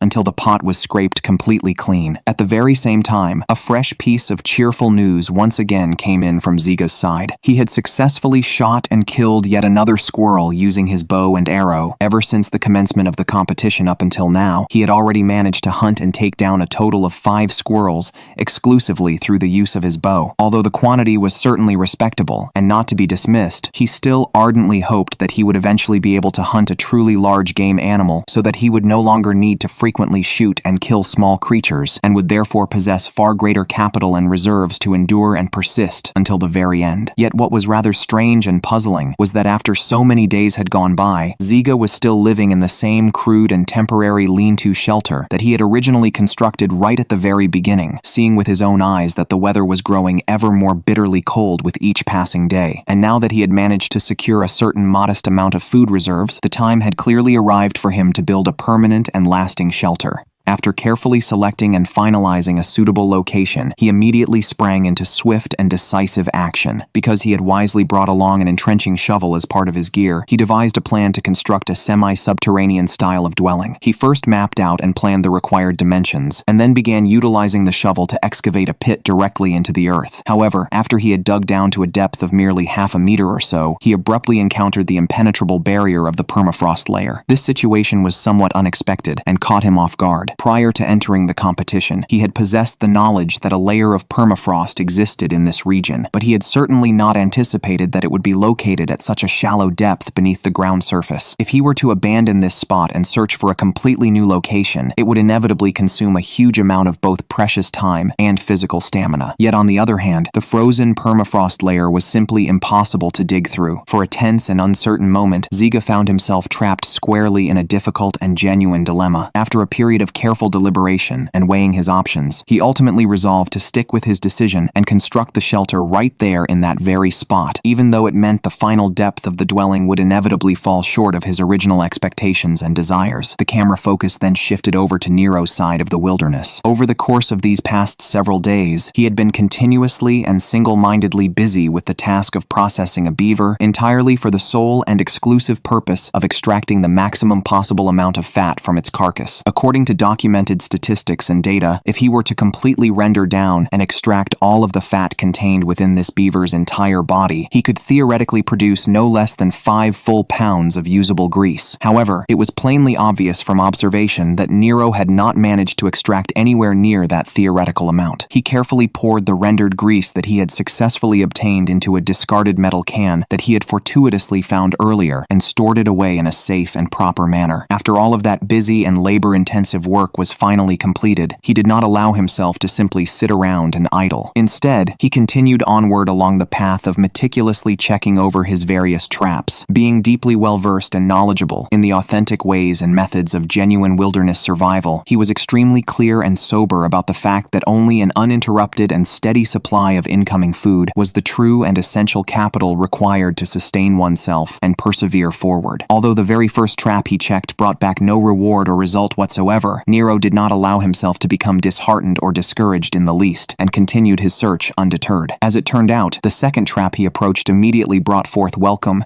and positive news. Immediately following that, inside the third trap as well, there was a rabbit hopping and bouncing around energetically and full of life. He stepped forward briskly and carefully freed the trapped rabbit from the grip of the snare. Just at the very moment when an observer would naturally assume that he was about to kill the rabbit on the spot, a truly astonishing and surprising scene abruptly unfolded before the eyes. He was seen continuously and gently stroking and soothing the frightened rabbit, and after waiting until it had fully regained its strength and composure, he actually made the deliberate decision to release it back into the wild. Afterward, he walked over to the location of the second trap and retrieved the rabbit that was already completely and utterly dead, and he even openly claimed and professed that he did not harbor the slightest bit of regret about choosing to release that live rabbit. Could it truly be the case that he remains unaware of the fact that in the entire recorded history of the show alone, every single contestant who has ever made the choice to release captured food has never ultimately managed to remain and endure until the very end? At that exact same point in time over at Jack's camp, ever since she had discovered the unmistakable tracks and traces of beavers the day before, she had been in a state of exceptionally high excitement and agitation, and she felt that she simply could not bear to wait a single moment longer. She acted swiftly and set up multiple specialized beaver traps at various spots throughout the immediate surrounding area. By now, a full 2 days had already elapsed since her fishing net had first been placed down into the water, and today she absolutely had to go and check whether there was any sort of harvest to be found. Yet, as is so often the case, the greater the expectations one holds, the more crushing and profound the disappointment turns out to be. Not only did the fishing net prove to contain absolutely nothing of value, but it had also been physically shifted and moved out of its original position entirely by the activity of the beavers. Left feeling utterly helpless, she had no choice but to continue her search by walking further along the winding riverbank. One can only say that luck was still on her side to some degree. After she had walked a relatively short distance, she unexpectedly spotted the carcass of a dead beaver lying upon the shore. Based on the overwhelmingly foul and putrid stench that was emanating strongly from its decomposing body, it was evident that this particular beaver must have already been dead for quite a considerable length of time. Even though Jax desperately wanted and craved the precious fat from the beaver's body, she was intellectually aware that consuming rotten, spoiled, and decaying animal flesh could very easily and likely trigger a wide and dangerous variety of serious illnesses and diseases. A dead beaver that has been left to decompose harbors and carries within it an abundance of all manner of dangerous bacteria and harmful parasites, which can readily be transmitted and passed on to humans through direct physical skin contact. And in the most severe of cases, such an infection could even escalate to the point of becoming genuinely life-threatening. After undergoing a prolonged period of deep, careful, and thorough consideration, Jax ultimately arrived at the difficult decision to give up on the carcass and abandon it. Just at the very moment when she was immersed in her feelings of dejection and disappointment, a living beaver suddenly and boldly appeared, completely disregarding her presence as if she did not even exist, and swam directly past, right under her very nose, almost appearing as though it was openly mocking her. Even though it was within an extremely close reach and mere inches away, Jax found herself to be completely and utterly powerless and helpless, because the local laws and regulations explicitly stipulate that beavers may only be legally captured through the specific use of traps. There was absolutely nothing she could do except to stand there and watch helplessly with wide eyes as the beaver casually swam further and further away into the far distance. Nevertheless, this infuriating encounter also simultaneously gave her a renewed glimmer of hope, as it served as a strong indication that the population of beavers in this particular area was actually quite numerous. As long as she set up a few additional traps in strategic spots, why in the world should she need to fear failing to eventually catch a beaver? The competition steadily advanced forward until it reached day 17. After yet another sustained period of strenuous physical labor, Ziga finally succeeded in fully completing the main structural framework of his brand new shelter. Due to the fact that he had not brought along a ferro rod for starting fires, he was forced to maintain his fire in a continuously and uninterruptedly burning state at all times. Although this arrangement was admittedly a bit more tiring and demanding, being able to wake up each and every morning and immediately eat a serving of hot and warm food brought him a profound and immense sense of satisfaction. On this particular morning, his breakfast once again consisted of an entire pot filled to the absolute brim with a generous amount of fish meat. He was observed carefully selecting a wooden stick of a moderate and suitable length, meticulously shaving and stripping off the bark from both of its ends, and then cleanly snapping it apart into two halves, thereby very handily crafting himself a pair of portable and functional makeshift chopsticks. Immediately afterward, he picked up a large piece of the fish meat and commenced devouring it with tremendous gusto and great relish. As soon as a mouthful of that fish traveled down into his stomach, the surge of energy seemed to instantly rush out and nourish every single individual cell spread throughout his entire body. Just at the moment when he was peacefully and contentedly enjoying his delicious meal, the distinct sound of an animal call emanating from somewhere nearby abruptly caught and seized his full attention. He set his chopsticks down without a moment's hesitation and cautiously followed the direction of the strange sound. Good heavens! Standing there before his eyes was actually a massive moose, separated from him by a distance of less than 20 meters. Upon witnessing this breathtaking scene, Ziga hardly dared to even draw a single breath. He slowly and stealthily inched his way closer toward the animal, waited and watched for the perfect and opportune moment to present itself, and then decisively and resolutely let loose and released an arrow. The arrow flew true and accurately struck and embedded itself into the intended target. Having been hit by the arrow, the moose immediately turned and bolted away in a state of desperate and frantic flight. Yet Ziga did not recklessly rush to chase directly after it, because he understood perfectly well that blindly and impulsively chasing it right now would only serve to cause the panicked moose to run even more wildly and erratically. After about 10 minutes had been allowed to pass calmly in this manner, he at last began walking deliberately in the direction in which the wounded moose had fled. Observing the fresh trail of blood splattered upon the ground, he felt certain that the moose was already suffering from severe and critical injuries. He followed the continuous blood trail and tracked it persistently all the way until he eventually spotted the wounded moose near the edge of the lakeside. But even at this critical juncture, Ziga still did not dare to act rashly or make any reckless moves, because he was deeply afraid that if the startled and wounded moose were to be frightened any further, it might desperately plunge and swim straight into the lake. If that catastrophic scenario were to actually happen, he would be forced to merely stand by and watch helplessly as the moose perished and died out in the cold water of the lake. Without the support and assistance of any kind of auxiliary floating tools or equipment, attempting to salvage and drag such a massive carcass back to the shore would certainly prove to be completely unrealistic and impossible. After spending a while thinking the situation over thoroughly in his mind, he ultimately decided to temporarily withdraw and return to his camp to lie low and wait, and also to take the opportunity to carefully sharpen his knife in full preparation for the massive and laborious task of butchering the moose that would hopefully follow. He kept up this tense and patient vigil without interruption for an entire long hour. Ziga then once again made his way back to the exact spot where he had just previously located the moose. But after scanning and searching the entire area in a full circle, he could no longer see any sign of the moose whatsoever. Just at the very moment when a feeling of deep dejection and despair was beginning to set in, he lifted his gaze and glanced upward, only to see that the incredibly resilient moose, dragging its heavily wounded and battered body,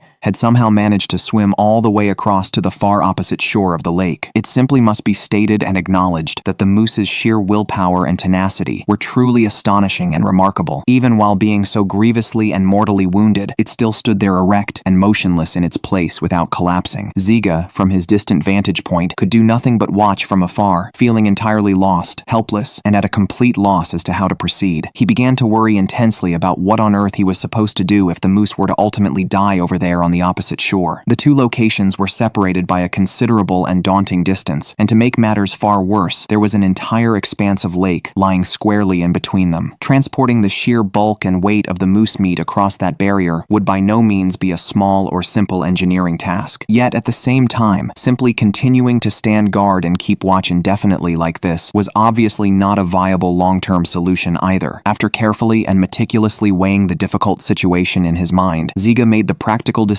to return to his camp first and foremost. After all, the straight-line distance from his shelter to the moose's current location was not insurmountably far. As long as he could ensure that the moose remained continuously within his clear line of sight, then there ought not to be any overwhelmingly major problem. And so it was that Ziga passed the entirety of that night in a state of uneasy anxiety and restless tension. When the early morning light of the next day arrived, without even sparing the time to eat any breakfast, he rushed to the shoreline at the earliest possible opportunity. He zoomed in the lens of his camera for a closer and more detailed look, and good heavens, he could scarcely believe that after an entire freezing night had passed, the incredibly stubborn moose was actually still standing there motionlessly in that very same exact spot. Ziga understood with certainty that he could afford to wait passively no longer, and that he must take the initiative and go on the offensive proactively. So he made the arduous journey of bypassing the entire lake, trekked and trudged a long and punishing distance on foot, and finally arrived at the specific stretch of shore where the moose was located. In order to avoid being detected or discovered by the wary animal, he deliberately removed and took off his shoes, and then proceeded to creep and advance toward the moose with extreme and painstaking caution. Once he had successfully maneuvered himself to within effective shooting range, he once again drew his bow and released a second arrow. Judging purely from the angle at which the shot was taken, it appeared that this arrow should have struck and hit the intended target. Yet even so, the wounded moose still stubbornly refused to cease its forward movement. Just as the moose was on the verge of vanishing and disappearing completely from his sight, Ziga, in a sudden moment of flustered panic, hastily fired off yet another desperate arrow. This time, however, the arrow merely grazed narrowly past the side of the moose's body, without embedding itself. Ziga swiftly and urgently followed up and pursued on foot. Luckily, the moose did not travel a great distance further, but instead began to slowly and laboriously swim in the general direction that led back toward his camp. Ziga had originally intended to steady himself and shoot just one more finishing arrow, but upon glancing down and realizing that he had only a single arrow remaining in his possession, he reluctantly abandoned that notion entirely. Looking back and recalling his own panicked and flustered actions just moments before, he was instantly overcome with an intense and bitter feeling of deep regret and self-reproach. In truth, he knew deep down that a moose, which had been struck and pierced by two separate arrows, was surely doomed and destined to succumb and die before very long. His only real lingering worry was that the exact location where the moose would finally collapse and die might end up being far too distant from his base camp. But this was simply a factor that lay beyond his own personal power and ability to control. It seemed that at this point, he could do nothing else but to leave the final outcome entirely up to the will of fate and heaven. So Ziga had no other choice but to turn around, retrace his earlier steps, and make his way back along the original path he had come from. Perhaps the heavens above had indeed heard and listened to the silent, desperate prayer within his heart, because just when he arrived within the vicinity of his camp, he was utterly astonished and stunned to discover that the moose was now lying down flat on the ground, a short distance directly ahead of him, completely motionless. He swiftly nocked his bow and readied his arrow, approached the massive animal with the utmost caution, and only after he had fully and definitively confirmed that the moose was completely and absolutely dead, beyond any shadow of a doubt, did Ziga at long last allow himself to feel truly and entirely at ease. He then collapsed forward and lay down wearily upon the massive body of the moose, his body and mind both feeling extraordinarily relaxed and at peace, while the bone-deep fatigue and exhaustion that had accumulated within him was instantly cast away and thrown far beyond the reach of the highest heavens. At this current juncture, someone has definitively achieved total and complete protein freedom, and the contestants will also very soon be facing and undergoing their very first thorough medical examination since the start of the competition. Who will ultimately be forcibly withdrawn and made to leave due to failing to pass the medical checkup? Let us simply wait with anticipation and see how events unfold. Life! Food! Ah! In this survival challenge where true masters gather like clouds, every single contestant, in order to persist until the very end, has brought out everything they have learned throughout their entire lives. There are those who fished so ceaselessly that their hands began to cramp, others who managed to trap beavers one after another in rapid succession, and there is even someone who succeeded in shooting a moose, weighing nearly half a ton, instantly achieving a state of complete protein freedom. Time shifts to the nighttime hours of day 18. By this point, only 7 contestants are left in the field. Ziga is filled with an overwhelming sense of excitement after successfully hunting a moose during the daylight hours, yet brand new problems have followed right on its heels. Under the current temperature conditions, he must dissect the moose carcass and remove all of its internal organs as rapidly as possible. This is essential to inhibit the growth of bacteria and to prevent the precious moose meat from rotting and going to waste. But as easy as it may sound, carrying it out in practice is nowhere near that simple, particularly in the blurry and dim visibility of night.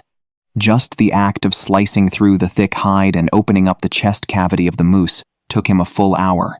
Only after that was he able to extract the moose's liver and heart, one piece at a time. He also made sure not to let the fat attached to the kidneys go to waste, for this kind of fat is an exceptionally rare and valuable resource in the wilderness. As the minutes and hours gradually slipped by, it was not until 1 o'clock in the early morning that he managed to cut off one of the moose's hind legs. Another hour and a half went by, and the moose's head was also successfully removed. By now, Ziga was already worn out and utterly exhausted. But the moment he recalled that there were nearly 5,000 grizzly bears living in this entire region, he did not dare to delay for even a single moment and threw himself right back into the grueling task of butchering the rest of the moose. As the early morning light arrives, Pedrosa stands by the river, gazing silently at the stunningly beautiful scene of the sunrise. In his heart, he prays quietly, hoping that the warmth of the sunshine might grant him the strength he needs to keep pushing forward. At this stage, his shelter is still far from being fully completed. As he watches the temperature continue to drop lower and lower, it becomes painfully obvious that he must speed up the work of sealing the roof. He carefully takes the timber he has gathered and arranges it in neat rows across the top of the roof, and then covers the entire layer with a thick mat of spruce branches. He stays busy with this one task for 3 solid hours, and yet only manages to finish one side of the roof. Although Pedrosa is full of drive and motivation, the prolonged period of having virtually no fat and salt in his diet has caused his physical condition to worsen day by day. In the end, he is forced to stop the work he is doing and take a break. Meanwhile, at the exact same time, Ziga, having been completely drained of energy, sleeps all the way until 11 o'clock in the morning. As soon as he wakes up, he does not waste a second and immediately sprints back toward the spot where he left the moose carcass. He is deathly afraid that the food he went through so much hardship to obtain might fall into the jaws of grizzly bears. The good news is that when he arrives on the scene, every piece of that moose meat is still perfectly intact. There is not a single animal track to be found anywhere on the ground, and even the internal organs remain hanging whole on the tree, untouched. One must keep in mind that even though this moose weighs around 500 kilograms, the actual edible meat he can harvest from it amounts to only a little over 250 kilograms, and that figure already includes the organs and fat. A moose's fat stores come primarily from around its internal organs, so Ziga has to try his very best to keep those organs as whole as possible. This is because he fully understands that without a reliable supply of fat, a monotonous, high-protein diet sustained over a long period of time can trigger a condition known as protein poisoning. Even if a person consumes a large quantity of meat, symptoms of malnutrition may still appear. This alone shows how critically important fat is for the survival of contestants out here in the wild. He continues to labor without pause all the way until 2 o'clock in the afternoon, when he finally completes the dismemberment of the entire moose. Staring at such a staggering quantity of food, Ziga finds it hard to contain the surge of excitement rising in his chest. He does not even take a moment to rest, and instead, immediately starts hauling the meat without stopping. Fortunately for him, the spot where the moose had died is only 100 meters away from his camp, which saves him a tremendous amount of both time and energy when it comes to transporting the meat. Even though the distance is not great, moving such a huge amount of moose meat all in one go is still no easy task. After more than 2 hours of intense physical labor, he finally manages to carry every last piece back to his camp. Only at this moment does Ziga truly allow himself to relax. At last, he has the time to cook his lunch. Taking one bite of that charcoal-grilled moose meat, he instantly feels the energy nourishing each and every cell throughout his entire body, and the sensation makes him forget all the exhaustion he has been carrying. Over where Nero is, today marks the day he finally starts building his permanent shelter. In order to save as much time as possible, he decides to construct a yurt-style dwelling straight away. For him, the level of comfort the shelter provides is not the priority. All he needs is a place that can keep out the wind and the rain. After he has finished all the essential tasks, he again dives into the job of cooking his food. He takes the beaver tail, removes the fur and skin, chops it into small chunks, places them together with the beaver legs into the cooking pot, and then sets the whole thing over the fire to simmer slowly. During the waiting intervals, he does not allow himself to stay idle, but continues to work on improving his shelter. To make the inside of the shelter feel like spring all year round, he decides to install a fireplace right inside his camp. He first uses wooden sticks to fill in all the gaps, then digs a channel in the ground to deliver fresh air. After that, he covers both the top and the front of that air channel with more sticks. Inside the shelter, he places 2 fuel canisters that he had picked up earlier. As long as he cuts them open and positions them on both sides of the channel, they will be able to reflect heat back into the living space. After working at this for a short while, Nero's stomach begins to rumble with hunger. Conveniently, the beaver feast is just about ready to be lifted out of the pot. To supplement his diet with fiber and vitamins, he has also added some tender leaves of western sorrel into the pot. Although the presentation of the dish is rather plain, the moment a mouthful of that fat-rich beaver meat slides down his throat, his entire body is instantly filled with energy. In the end, he polishes off everything, down to the very last drop of broth and the smallest scrap of food. Soon, night descends. Nero lights a campfire inside his shelter, then lies down in his sleeping bag and slowly drifts off into a deep sleep. When day 20 comes around, Andrew is likewise busy perfecting his shelter. To improve the insulation and keep the interior warm, he surrounds the entire structure with spruce branches. Even though Andrew has not appeared before the camera all that often, his life these past several days has in fact been surprisingly comfortable. Just yesterday, he managed to harvest yet another rabbit. However, due to the fact that he has gone without fat for an extended period, his physical condition is nothing like what it used to be.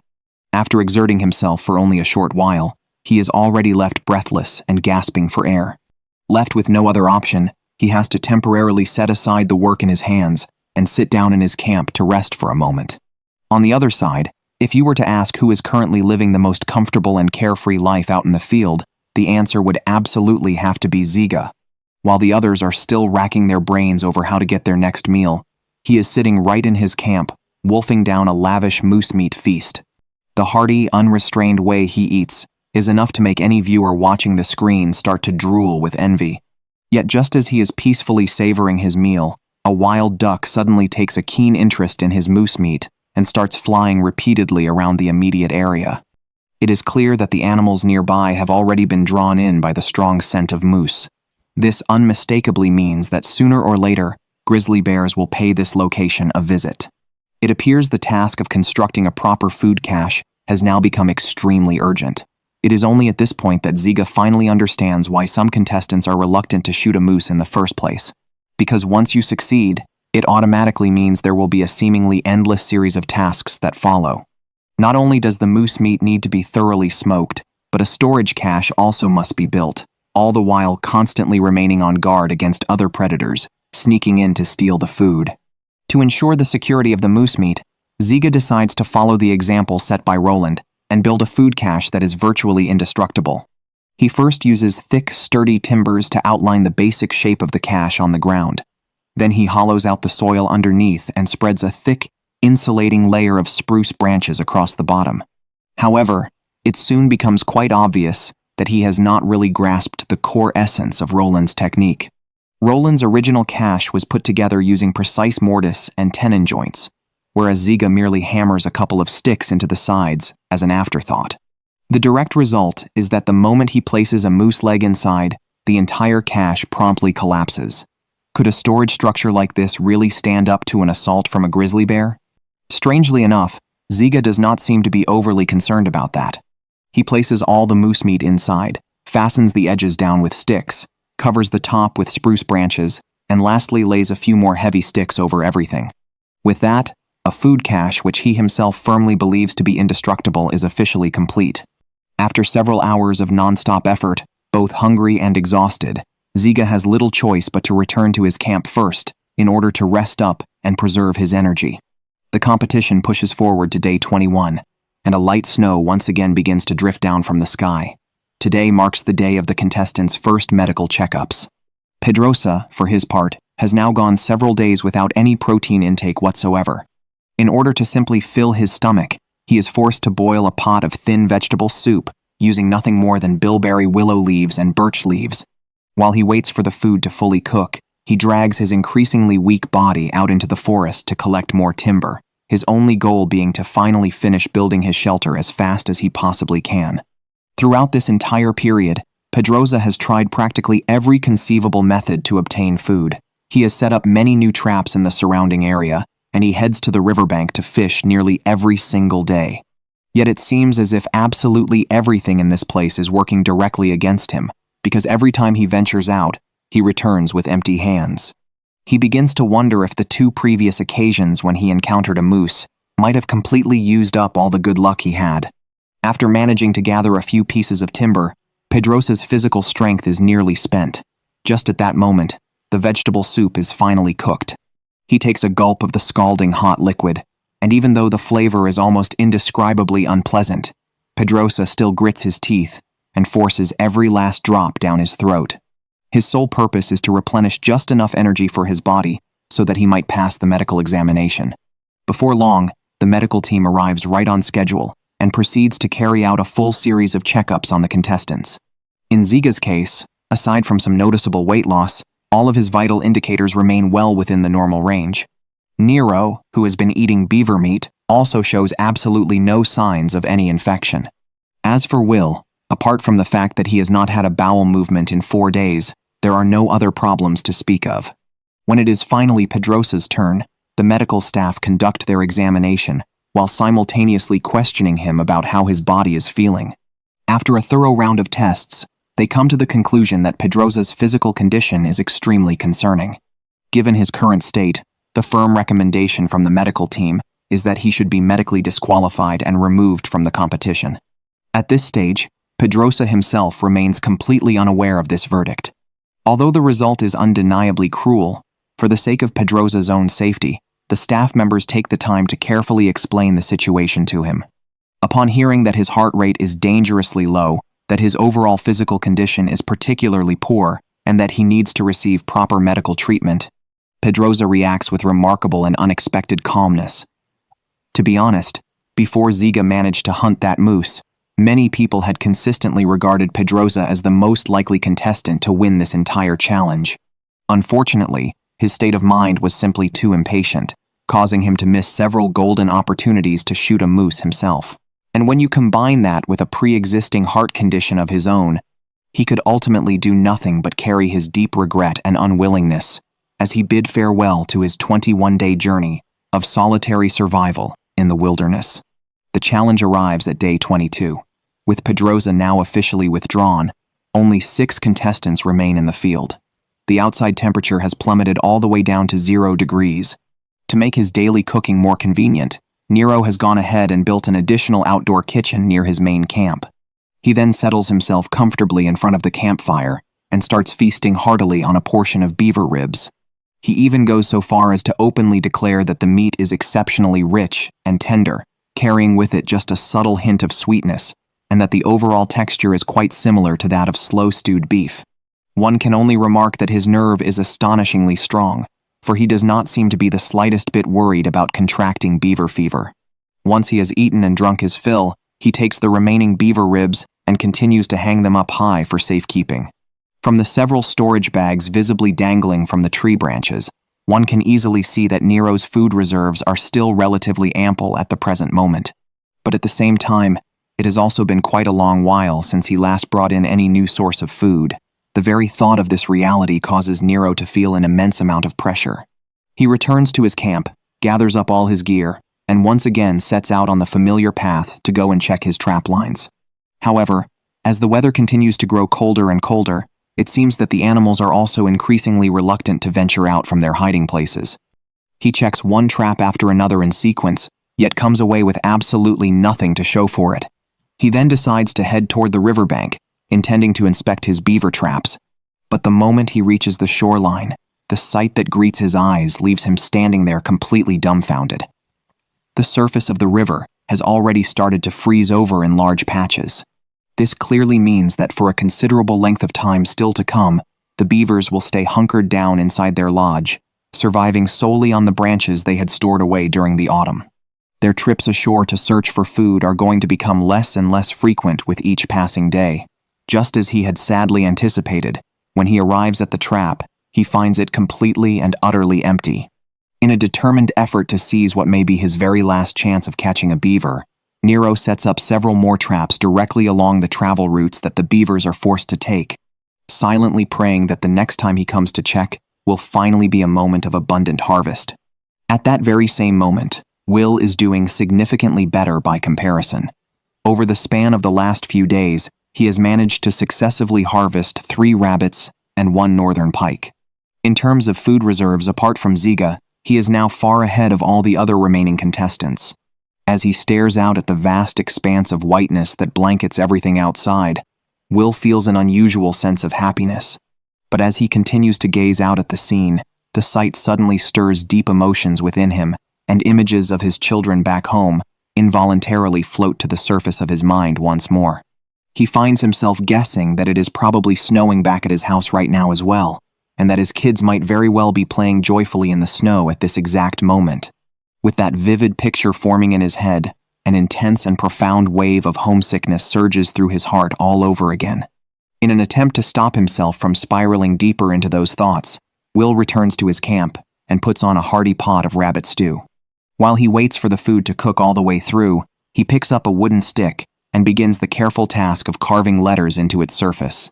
Because rabbits have been the single most numerous animal he has caught ever since the competition first started, he makes the decision to officially name his camp Hare Camp.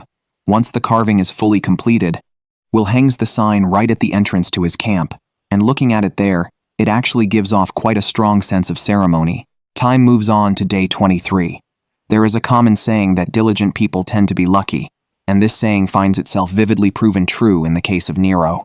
While heading back to his camp the day before, he happened to pick up yet another wooden plank, which as it turns out, will serve perfectly as a door. As the weather becomes noticeably colder with each passing day, even though he thoroughly enjoys those warm and cozy moments spent sitting beside the fire inside his camp, he is fully aware that he simply does not have the right to lie back and take it easy just yet. Besides, time does not wait for anyone, and the difficulty of obtaining food is only going to grow more intense in the days that lie ahead. So he packs up his equipment and makes the decision to go and check on his fishing rig. It is highly likely that the waters where he is located suffer from a genuine scarcity of fish, because ever since he caught a single fish way back on day 9, he has not had a single other fish catch to his name. And today sadly proves to be no exception. Once again, he comes away with nothing at all. Left with few other options, he makes his way over to the spot where he had earlier deployed his gill net. But when he hauls the net up out of the water to take a look, it remains just as empty as before. The fishing line he had set up nearby had not only failed to attract a single bite, but had also ended up getting hopelessly snagged on the river bottom.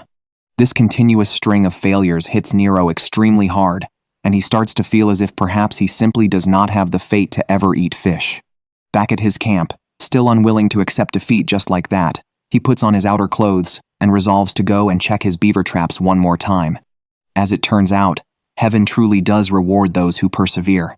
When he reaches the trap, he is greeted by the sight of a plump and healthy beaver hanging conspicuously inside the mechanism.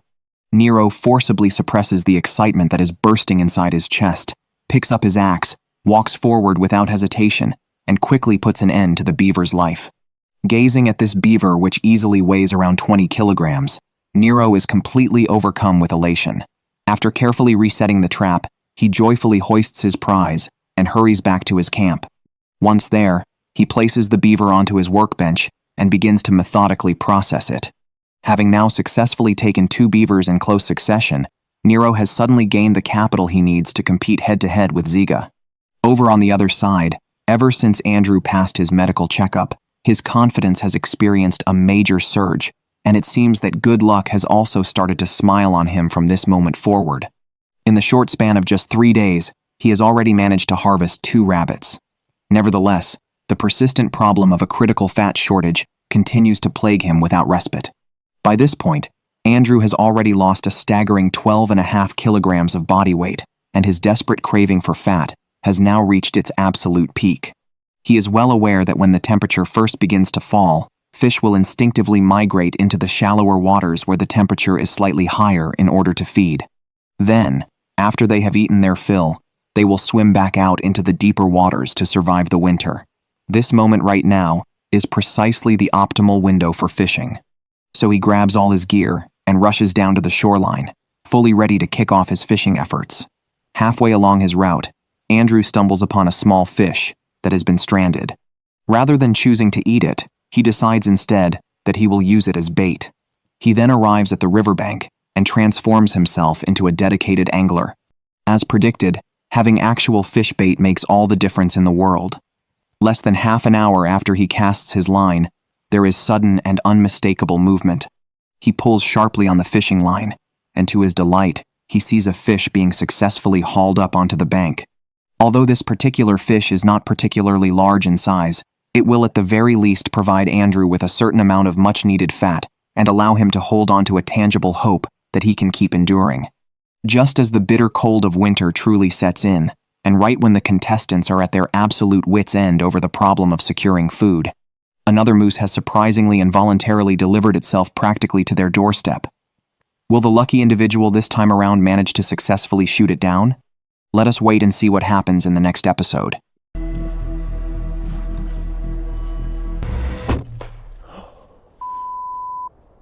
The latest episode of Alone has arrived. One contestant prepared to hunt a moose, but he made a mistake. His arrow struck a tree trunk instead. The moose was less than 20 meters away from him at that moment. It was truly a heartbreaking missed opportunity. This episode, more than any before, focuses on the contestants confronting their own inner selves. There is Will, an indigenous man who has been discriminated against since childhood, trying to reconcile with his heart deep in the wilderness. There is also the beautiful and resilient Jax. And there is Nero, the Beaver King, who carries the heavy feeling that he is an invader. In the wilderness, people are always more genuine, more unvarnished, and more honest about who they really are. Time moves forward to day 22. Over at contestant Will's camp, he cut apart his own t-shirt to use as a washcloth. He soaked it in hot water for a while, and then laid it across his face. It was just a little bit dirty, which made Will feel somewhat embarrassed. He even joked that this part should be edited out so that his wife would never see it. Last night, Will endured the brutal, freezing wind for the entire night. Today, he plans to construct a solid wall to block the open doorway of his shelter. Will grabbed his axe without hesitation and went straight out to chop down some trees. As he worked, he began to open up about his own upbringing and life experiences. Will explained that when he was a child, because he was indigenous, people looked down on him constantly at school. When he later moved to a big city to continue his studies, the local people there also rejected and alienated him. People would openly express disgust simply because he ate traditional foods like seal and whale. One of the deep, driving reasons he chose to participate in Alone was an almost obsessive desire to showcase his culture to everyone watching. Now, he feels an immense and powerful sense of pride in his own identity. As he was speaking, the spruce branches he needed for the wall were also fully prepared. He said he will keep pushing forward and never give up. Day 24. Over on Aaron's side, the temperature has already plummeted to just 1 degree Celsius. Standing right beside a beaver dam, he made the bold decision to directly dismantle a section of the beaver's home. His logic was that this would force the beaver to come out and repair the damage, and all Aaron would have to do was lie in wait and ambush the beaver the moment it showed up. Right now, a thin, delicate layer of snow has already blanketed the ground, so the tracks of some rabbits have become very obvious and easy to follow. Following these clear footprints, Aaron went to check his trap line, and sure enough, there was a rabbit caught inside one of the snares. The soft, still pliable feel of its body told him that it had been caught not very long ago at all. Relying solely on rabbit meat to survive is definitely not a sustainable plan, but despite that, Aaron still managed to pull 3 rabbits from his traps in one single sweep. It was truly a case of planting a willow twig and having it grow into a great shade tree without even intending it. After making his way back to camp, Aaron got a fire burning bright and started boiling water to cook the rabbit. While waiting for the meat to be ready, Aaron suddenly remembered that the new year would be arriving in just a few more days. Even though he does not actually want to go home, he still cannot help but feel a tinge of homesickness creeping in. These two contradictory feelings do not necessarily conflict with each other. When the rabbit meat was finally cooked through, Aaron ate it with gusto, taking one bite after another without pause. Time arrives at the morning of day 25. A bizarre, almost haunting cry echoes across the vast, empty wilderness. That is right. It is still none other than Aaron, all the way from Canada. Driven by a powerful craving for some fat-rich moose meat, he is doing his best to imitate the plaintive mating call of a female moose in heat. However, his efforts produced absolutely no results whatsoever. Left with no other options, Aaron had no choice but to follow his usual routine and check his traps all along the shoreline of the lake. But this time, even the rabbits had completely vanished. The empty, forlorn snare traps silently yet forcefully hinted at the cold, hard truth that his prey had escaped. Walking further ahead, he discovered that a beaver trap he had painstakingly set up earlier had indeed been triggered. But much to his dismay, Aaron's trap was simply not sturdy or reliable enough.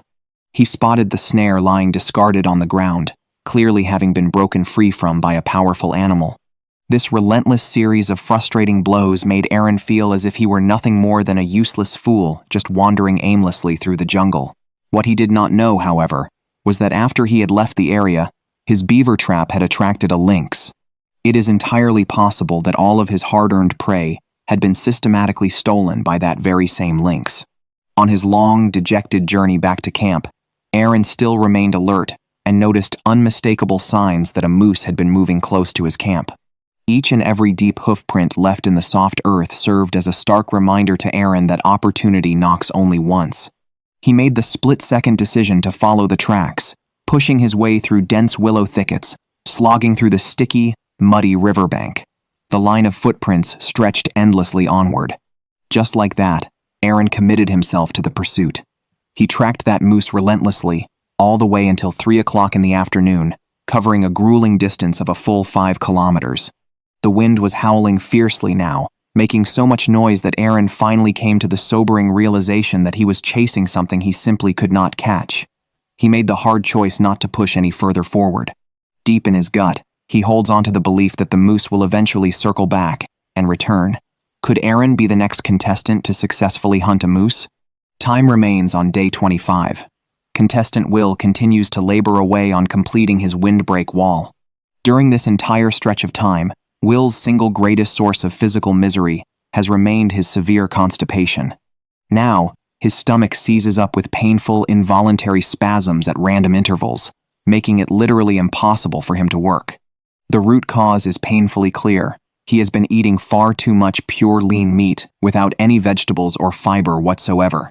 After chopping just a few pieces of wood, Will already felt completely worn out and overwhelmed.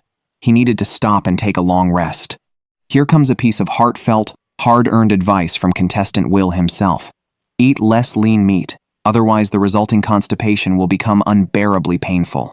If you must eat, you absolutely have to make sure you also consume some fatty meat to balance it out. While walking along the riverbank, Will spotted some fresh animal tracks.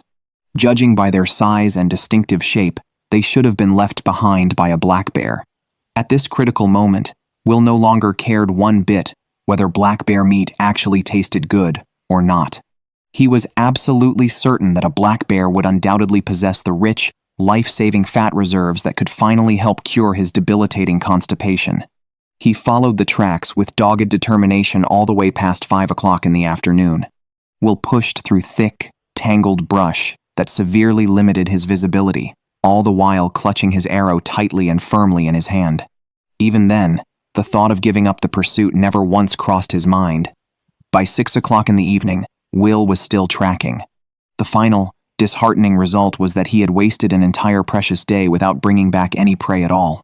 Sitting down heavily on the cold ground, Will weighed his limited options and ultimately had no choice but to turn back empty-handed. The weapons master Jax finally makes her appearance. She is the only female contestant remaining this season.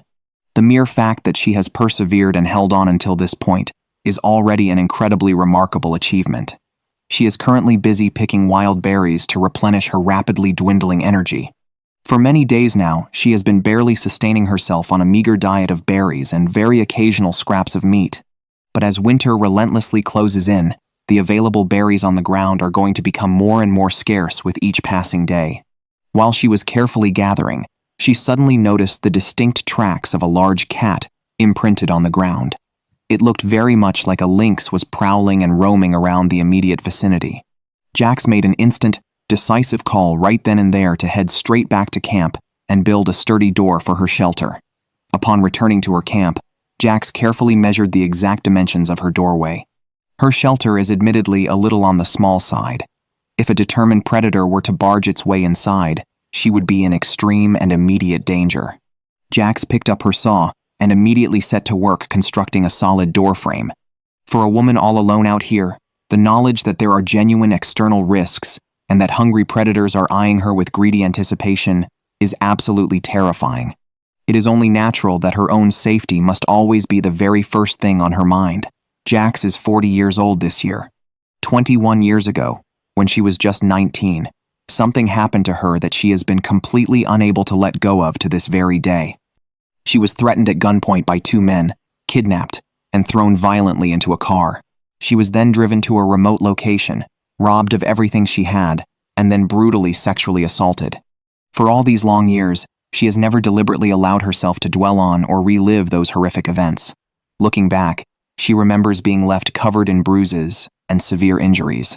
Now, here on the isolated stage of Alone, it is only when she is forced to face her own heart in complete solitude that she has finally found the courage to voice her deepest, most painful secrets. 2 whole decades have slipped by, and yet she has never truly been able to move on and heal. But life never pauses or stops applying pressure on you just because of one person or one traumatic event. Jax later found a path to healing through wilderness survival itself. This intimate, nature-based spiritual therapy became her ultimate salvation. Out here, the profound loneliness allows her to finally feel a genuine sense of belonging.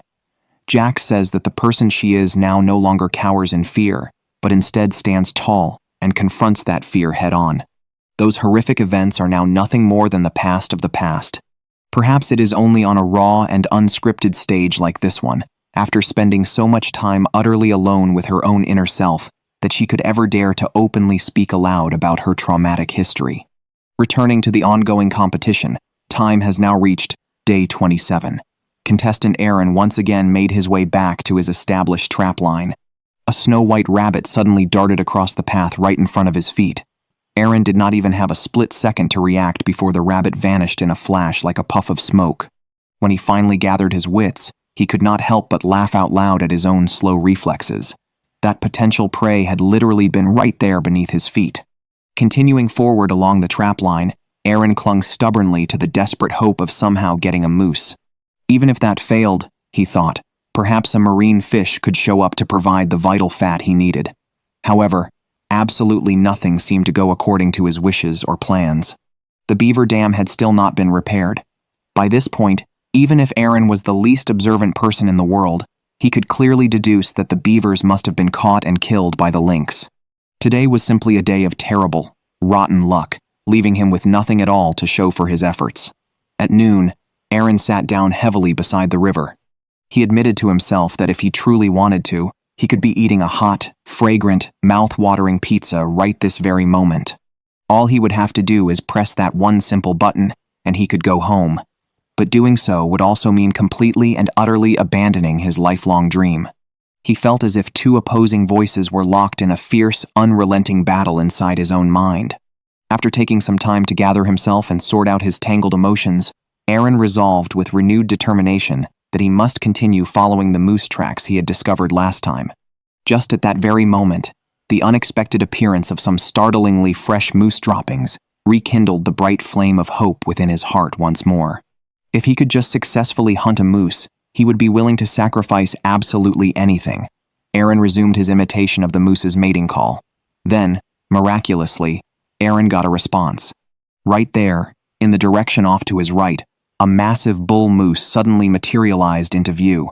The very instant he released his arrow, Aaron himself was frozen in shock. Even though the moose ran a short distance and then paused, deep down he knew immediately that he had missed his mark. The arrow had flown astray and embedded itself deeply into the trunk of a tree. At such an incredibly close distance, he had made a critical, unforgivable error. He could hardly even believe his own failure. The moose then casually walked off to a distance of at least 100 meters away. Aaron did not have any extra arrows left on his person. The one and only arrow he had been carrying had also shattered into pieces just moments ago. Standing rooted to that exact same spot, Aaron's heart was hammering violently inside his chest. Not every person can be Roland. When you are facing a colossal beast that weighs several thousand pounds, even though it might not actively seek to attack a human, if you were to enrage it, a fully grown moose could effortlessly flatten and send an adult man flying with a single, casual bump. Aaron was immediately swamped by a crushing wave of remorse, deep regret, and gnawing unease, a tangled knot of multiple intense emotions all woven together. But at this very moment, the thought that hurt him most of all was how profoundly he had let his own family down. Walking the long, painful route back along the riverbank, Aaron felt utterly miserable and broken. That moose had been less than 20 meters away from him, so close he could almost touch it. But he had foolishly neglected to bring any additional large arrowheads with him. Hunting large game, for Aaron, this marked an incredibly sad and deeply disheartening day. He could not stop thinking that if only he had been able to take down that moose, the championship title could very well have been his. Time still sits on day 27. Jax successfully finished crafting her protective gate out of sturdy branches. Besides completing the gate itself, she also took the time to collect a significant amount of sticky mud from the nearby riverbank. When the temperature inevitably drops further in the days to come, all of this wet mud will freeze solid as hard as rock. She plans to use this very mud to meticulously plaster and seal up all the cracks and gaps between the logs of her shelter. At this stage, Jax's single greatest lifeline remains the supply of berries she has painstakingly gathered. Compared to many of the other contestants, her overall pace and progress are admittedly a little on the slow side, but the mere fact that she possessed the courage to come out here in the first place is already extraordinarily impressive. Jax confessed that for a very long period of her life, she genuinely believed that the trauma she suffered was the entirety of what her life would ever be. But now, that dark period has almost faded entirely from her memory. In the present moment, she is completely and intensely focused on the here and now. She desperately wants to win this competition so that she can build a far better life for herself. After Jax had finished taking care of those tasks, she managed to catch a wild rabbit in one of her traps. The deep reason she was ultimately willing to share her painful personal experiences on this difficult journey is something she had spent a great deal of time carefully thinking through. She sincerely hopes that her own story might serve as a powerful inspiration to others who are suffering. Everything will eventually pass. Jax processed her fresh catch, offered up a solemn prayer of gratitude, and then finally began to fill her painfully empty stomach. Right now, there is not a single genuinely clean spot to be found anywhere on her entire body. Yet despite all the dirt and grime, she feels deep in her soul that her spirit is pure, clean, and completely unblemished. This is because she has finally become the person she always wanted to be. And to her, that is more than enough. The Beaver King Nero now steps into the spotlight. Today is day 28. A juvenile golden eagle suddenly appeared right in front of his dwelling. This dramatic visit served as a sharp and timely reminder for Nero to make sure he properly stores away any food he has left sitting outside his camp. Currently, Nero's overall living situation can be considered among the most comfortable and stable of all the remaining contestants. He enjoys a well-built, cozy shelter and a steady, reliable fire. He also possesses enough food supplies to comfortably last him for a very long time. Even more importantly, he has managed to secure a substantial number of beavers, which provide him with the vital fat he desperately needs. His entire camp can be most accurately described using two simple words: solid and steady. Nero picked up a tanned beaver pelt, intending to sew it into a practical storage sack for his food. At his makeshift workbench, Nero carefully demonstrated his impressive sewing and stitching skills to the camera. He originally comes from Australia. He revealed that for as long as he can remember, he has carried a deep and pervasive sense of shame. This is because his own ancestors violently invaded and seized land that belonged to other people. In the year 1788, ships arriving from Europe forcibly pried open the door to the continent of Australia. Because of this bloody history, Nero also views himself as having entered Australia as an invader. Consequently, he is weighed down by a profound sense of historical guilt. One can only remark that Nero's level of self-awareness and moral consciousness is remarkably high. Nero's beaver skin sack was soon finished. He carefully placed his valuable stores of meat inside it, then hoisted it high up into the air, suspending it securely from a tree branch. This way, whenever he has to leave camp, he does not need to constantly worry about his precious food being stolen by thieving animals. Around 8 o'clock in the evening, Nero sat peacefully on a large rock, quietly watching the brilliant, fiery sunset reflecting off the glassy surface of the lake. The breathtaking scenery was incredibly beautiful and almost too perfect to be real. The entire journey of living on this ancient land carries with it a strange kind of surreal, dreamlike beauty. Time then moves forward to day 29. Will lay inside his cramped shelter and busied his hands by carefully carving a small wooden spoon. He is aching with the pain of missing his family terribly, especially his beloved wife and his dear daughter. Just looking at the precious photos he has stuck to the wall sent countless tangled thoughts and emotions racing through his weary mind. Today, he remains deeply troubled by the very same persistent issue, his severe constipation.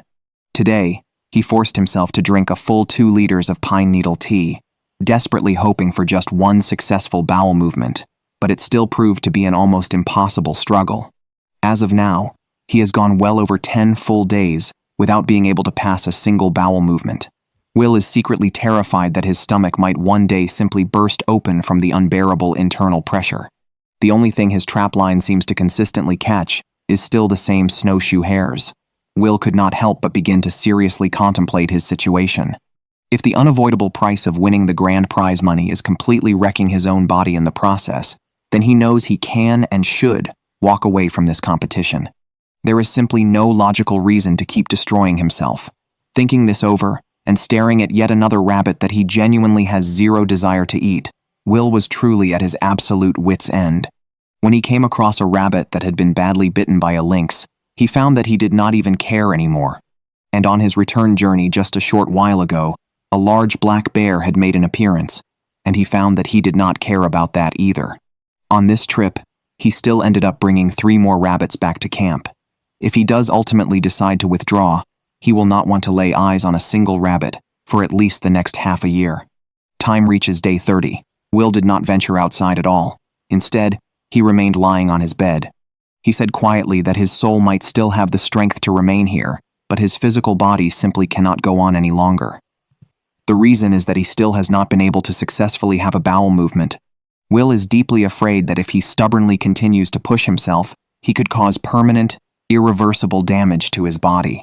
When weighed on the scale, the powerful temptation of $500,000 no longer burns as brightly or as strongly as before. After all, absolutely nothing in this world can ever compare to the value of good health. Stepping out of his shelter, Will finally made his firm and final decision. He changed into his traditional indigenous clothing. He was going to withdraw from the competition and go home to his family. Today, he did not even have the basic strength required to simply get out of bed. At the moment, he still has a stockpile of 5 wild hares remaining, which is technically enough food to sustain him for at least another full week. But for some reason he cannot fully explain, the very sight of a wild rabbit now makes him feel physically nauseous. Turning his back on his camp, Will picked up the phone and dialed the production team's number. Facing the unblinking lens of the production team's camera, Will openly admitted that he has not had a bowel movement for several weeks now. This severe condition has spiraled to the point where his stomach is experiencing violent, uncontrollable spasms, which are severely impacting his ability to perform even basic, daily tasks. Right now, he no longer has any energy left to do anything else. He has managed to survive on this harsh and unforgiving land for nearly an entire month. He successfully built a sturdy shelter, crafted the tools he needed, doggedly pursued a massive moose, and consistently caught rabbits. And then, he made the hard choice to withdraw. He did not lose to the unrelenting wilderness. He lost to his own failing body. After he finished saying these words, he let out a small, quiet laugh. It was not the strained laugh of someone desperately trying to put on a brave face, but rather the peaceful, accepting laugh of a man who knows deep in his bones that he has already given absolutely everything he had. Will said that the things found on this land will never simply disappear. Just as he always says, one person passes the knowledge down to the next. He passionately wants to teach all of this precious knowledge to his own children one day. This is our rich history and living culture, and he will carry that with him as a source of immense pride. In the upcoming next episode, Ziga, who famously succeeded in hunting the great moose, discovers that his massive stockpile of meat has alarmingly begun to spoil and go bad. Will this shocking twist of fate introduce a sudden and dramatic shift in who ultimately becomes the champion of Alone? Meanwhile, Nero, the undisputed Beaver King, will construct a homemade raft and paddle his way out to the very center of the lake in a determined attempt to catch fish. And we will also witness the heartbreaking sight of Jax, who has been pushed to her absolute limit and breaks down crying bitterly from sheer, overwhelming hunger. Please stay tuned and eagerly look forward to episode 8 of Alone,